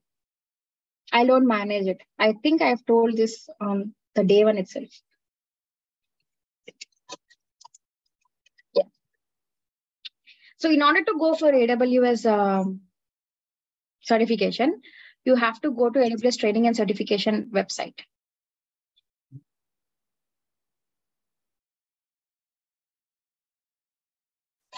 I'll keep this in the chat. Okay, please take that. And you need to go to certification. And you need to sign in. Here, it asks Amazon, a partner network. So we are not part of it. So you have to go for Amazon. Use Amazon account, not AWS. Sign in. You have to sign in with that. Or you create an account, okay? If you already have an Amazon account, don't mix up with the AWS certification account. Create a new account. Yeah. Okay. So once you create a new account, and then you will have an option where you need to give all the details like your address, your phone name, first name, last name, phone number, email address. And you have to give a correct names because that names would be reflected in your certification. Okay. So probably by tomorrow, just create an Amazon account and come back to me. I will show you what are the next steps. Okay. Yeah. Okay. And yeah, so you can schedule it there. I'm not sure if AWS is still supporting online. So you can write exam online and offline. Okay. So online is something where it is difficult. When I say difficult, see, what I suggest is you go for offline, because if it is an online, you have to make sure your room is clean. You have to show with your camera. Your table should be clean. You have to have a proper internet connection. If anyone is missed, you will be dismissed from this exam, and they'll terminate that you from the exam. Okay. So you have to make sure that you are within the scope of your webcam. You cannot move here and there. You cannot have food while you're writing the exam. You can have water. That's fine. Okay. And no one should be entering into your room. If they see someone, that's it. You're gone. Okay. But if it's an offline, very simple. You go and show your ID. Of course, even in online, you have to show your ID. Okay. They'll validate. You have to show close to the camera, very much close to the camera. You have to show your ID. And then they validate it. They'll ask you to do a few things and they'll start the exam. Okay. But in offline, you just have to show your ID. That's it. They will show you a room. You sit and you complete it. Okay. And you will not be allowed to access any paper if it is an online. Okay. You have a whiteboard in the screen itself where you need to manage with the mouse if you want to use whiteboard. But in offline, yes, there might be a chance where they will give you white papers to just practice. Just to draw something if you want to have any questions and all. Okay. So is it possible to cheat? No. So you will have a separate, see, when you schedule for the exam and you open the exam, all the applications will not be visible. There will be completely a single screen where you cannot go to other tabs also. Okay. So it will be completely restricted. You cannot use a mobile phone, etc., etc. So how many attempts will be there? One attempt only. Only one attempt. Because some certifications are giving 2 attempts and all, right? Maybe, but AWS only one. Pass fail. That's it. Okay.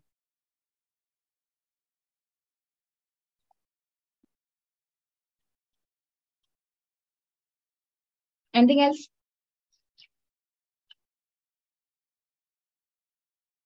You wanted to check? No, nothing. See, just complete the certification so that you can concentrate on the next thing. Okay. Because if you delay now, what happens is you will forget the concepts eventually. So later it will be very difficult. So later you have to again go to the recordings, complete this session, and then try for certification. But now, because you have already learned, sat in those training sessions, you can completely see. I can suggest some 3 weeks. Of course, rigorously you have to work on the practice test. 3 weeks of 4 to 5 hours in a day. I mean, it depends. The time depends how many hours you can concentrate in a day.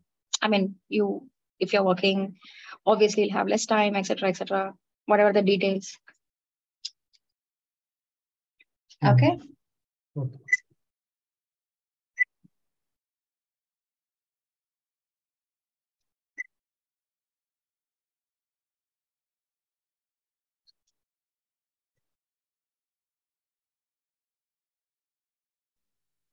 Okay. So as formally, I will create a breakout room. You guys can try to practice it. Okay. And I'll close the call at 11:30 sharp. Yeah. Please do join your rooms.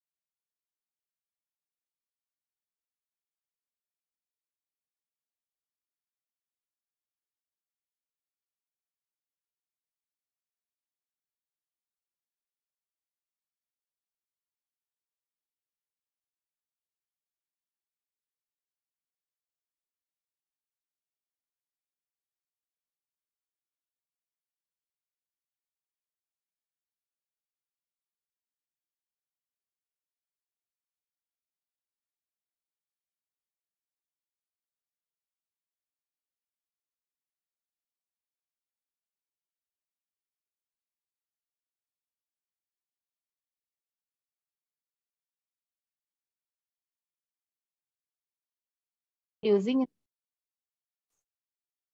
So it may end in December again. But if, for example, if I want to continue with that service, even after that for the free tier, will they allow? Or it is only for 1 year and they will It's only for 1 year. You need to create another AWS account, Shilpa. Okay, that means I'll have to create one more Gmail and I'll have to do it. Correct. So as I do every year, you also need to do. Okay, then actually, will they even compare about other demo details what we share? Because we'll be having the same credit card or same details. No, don't worry about it. AWS don't mind about this. Okay, you have to have a unique email address. That's it. Okay. So every year we can create a new account. Definitely. Okay, fine. Thank you so much. I'll leave now. Okay. Thank you. Okay, Shilpa.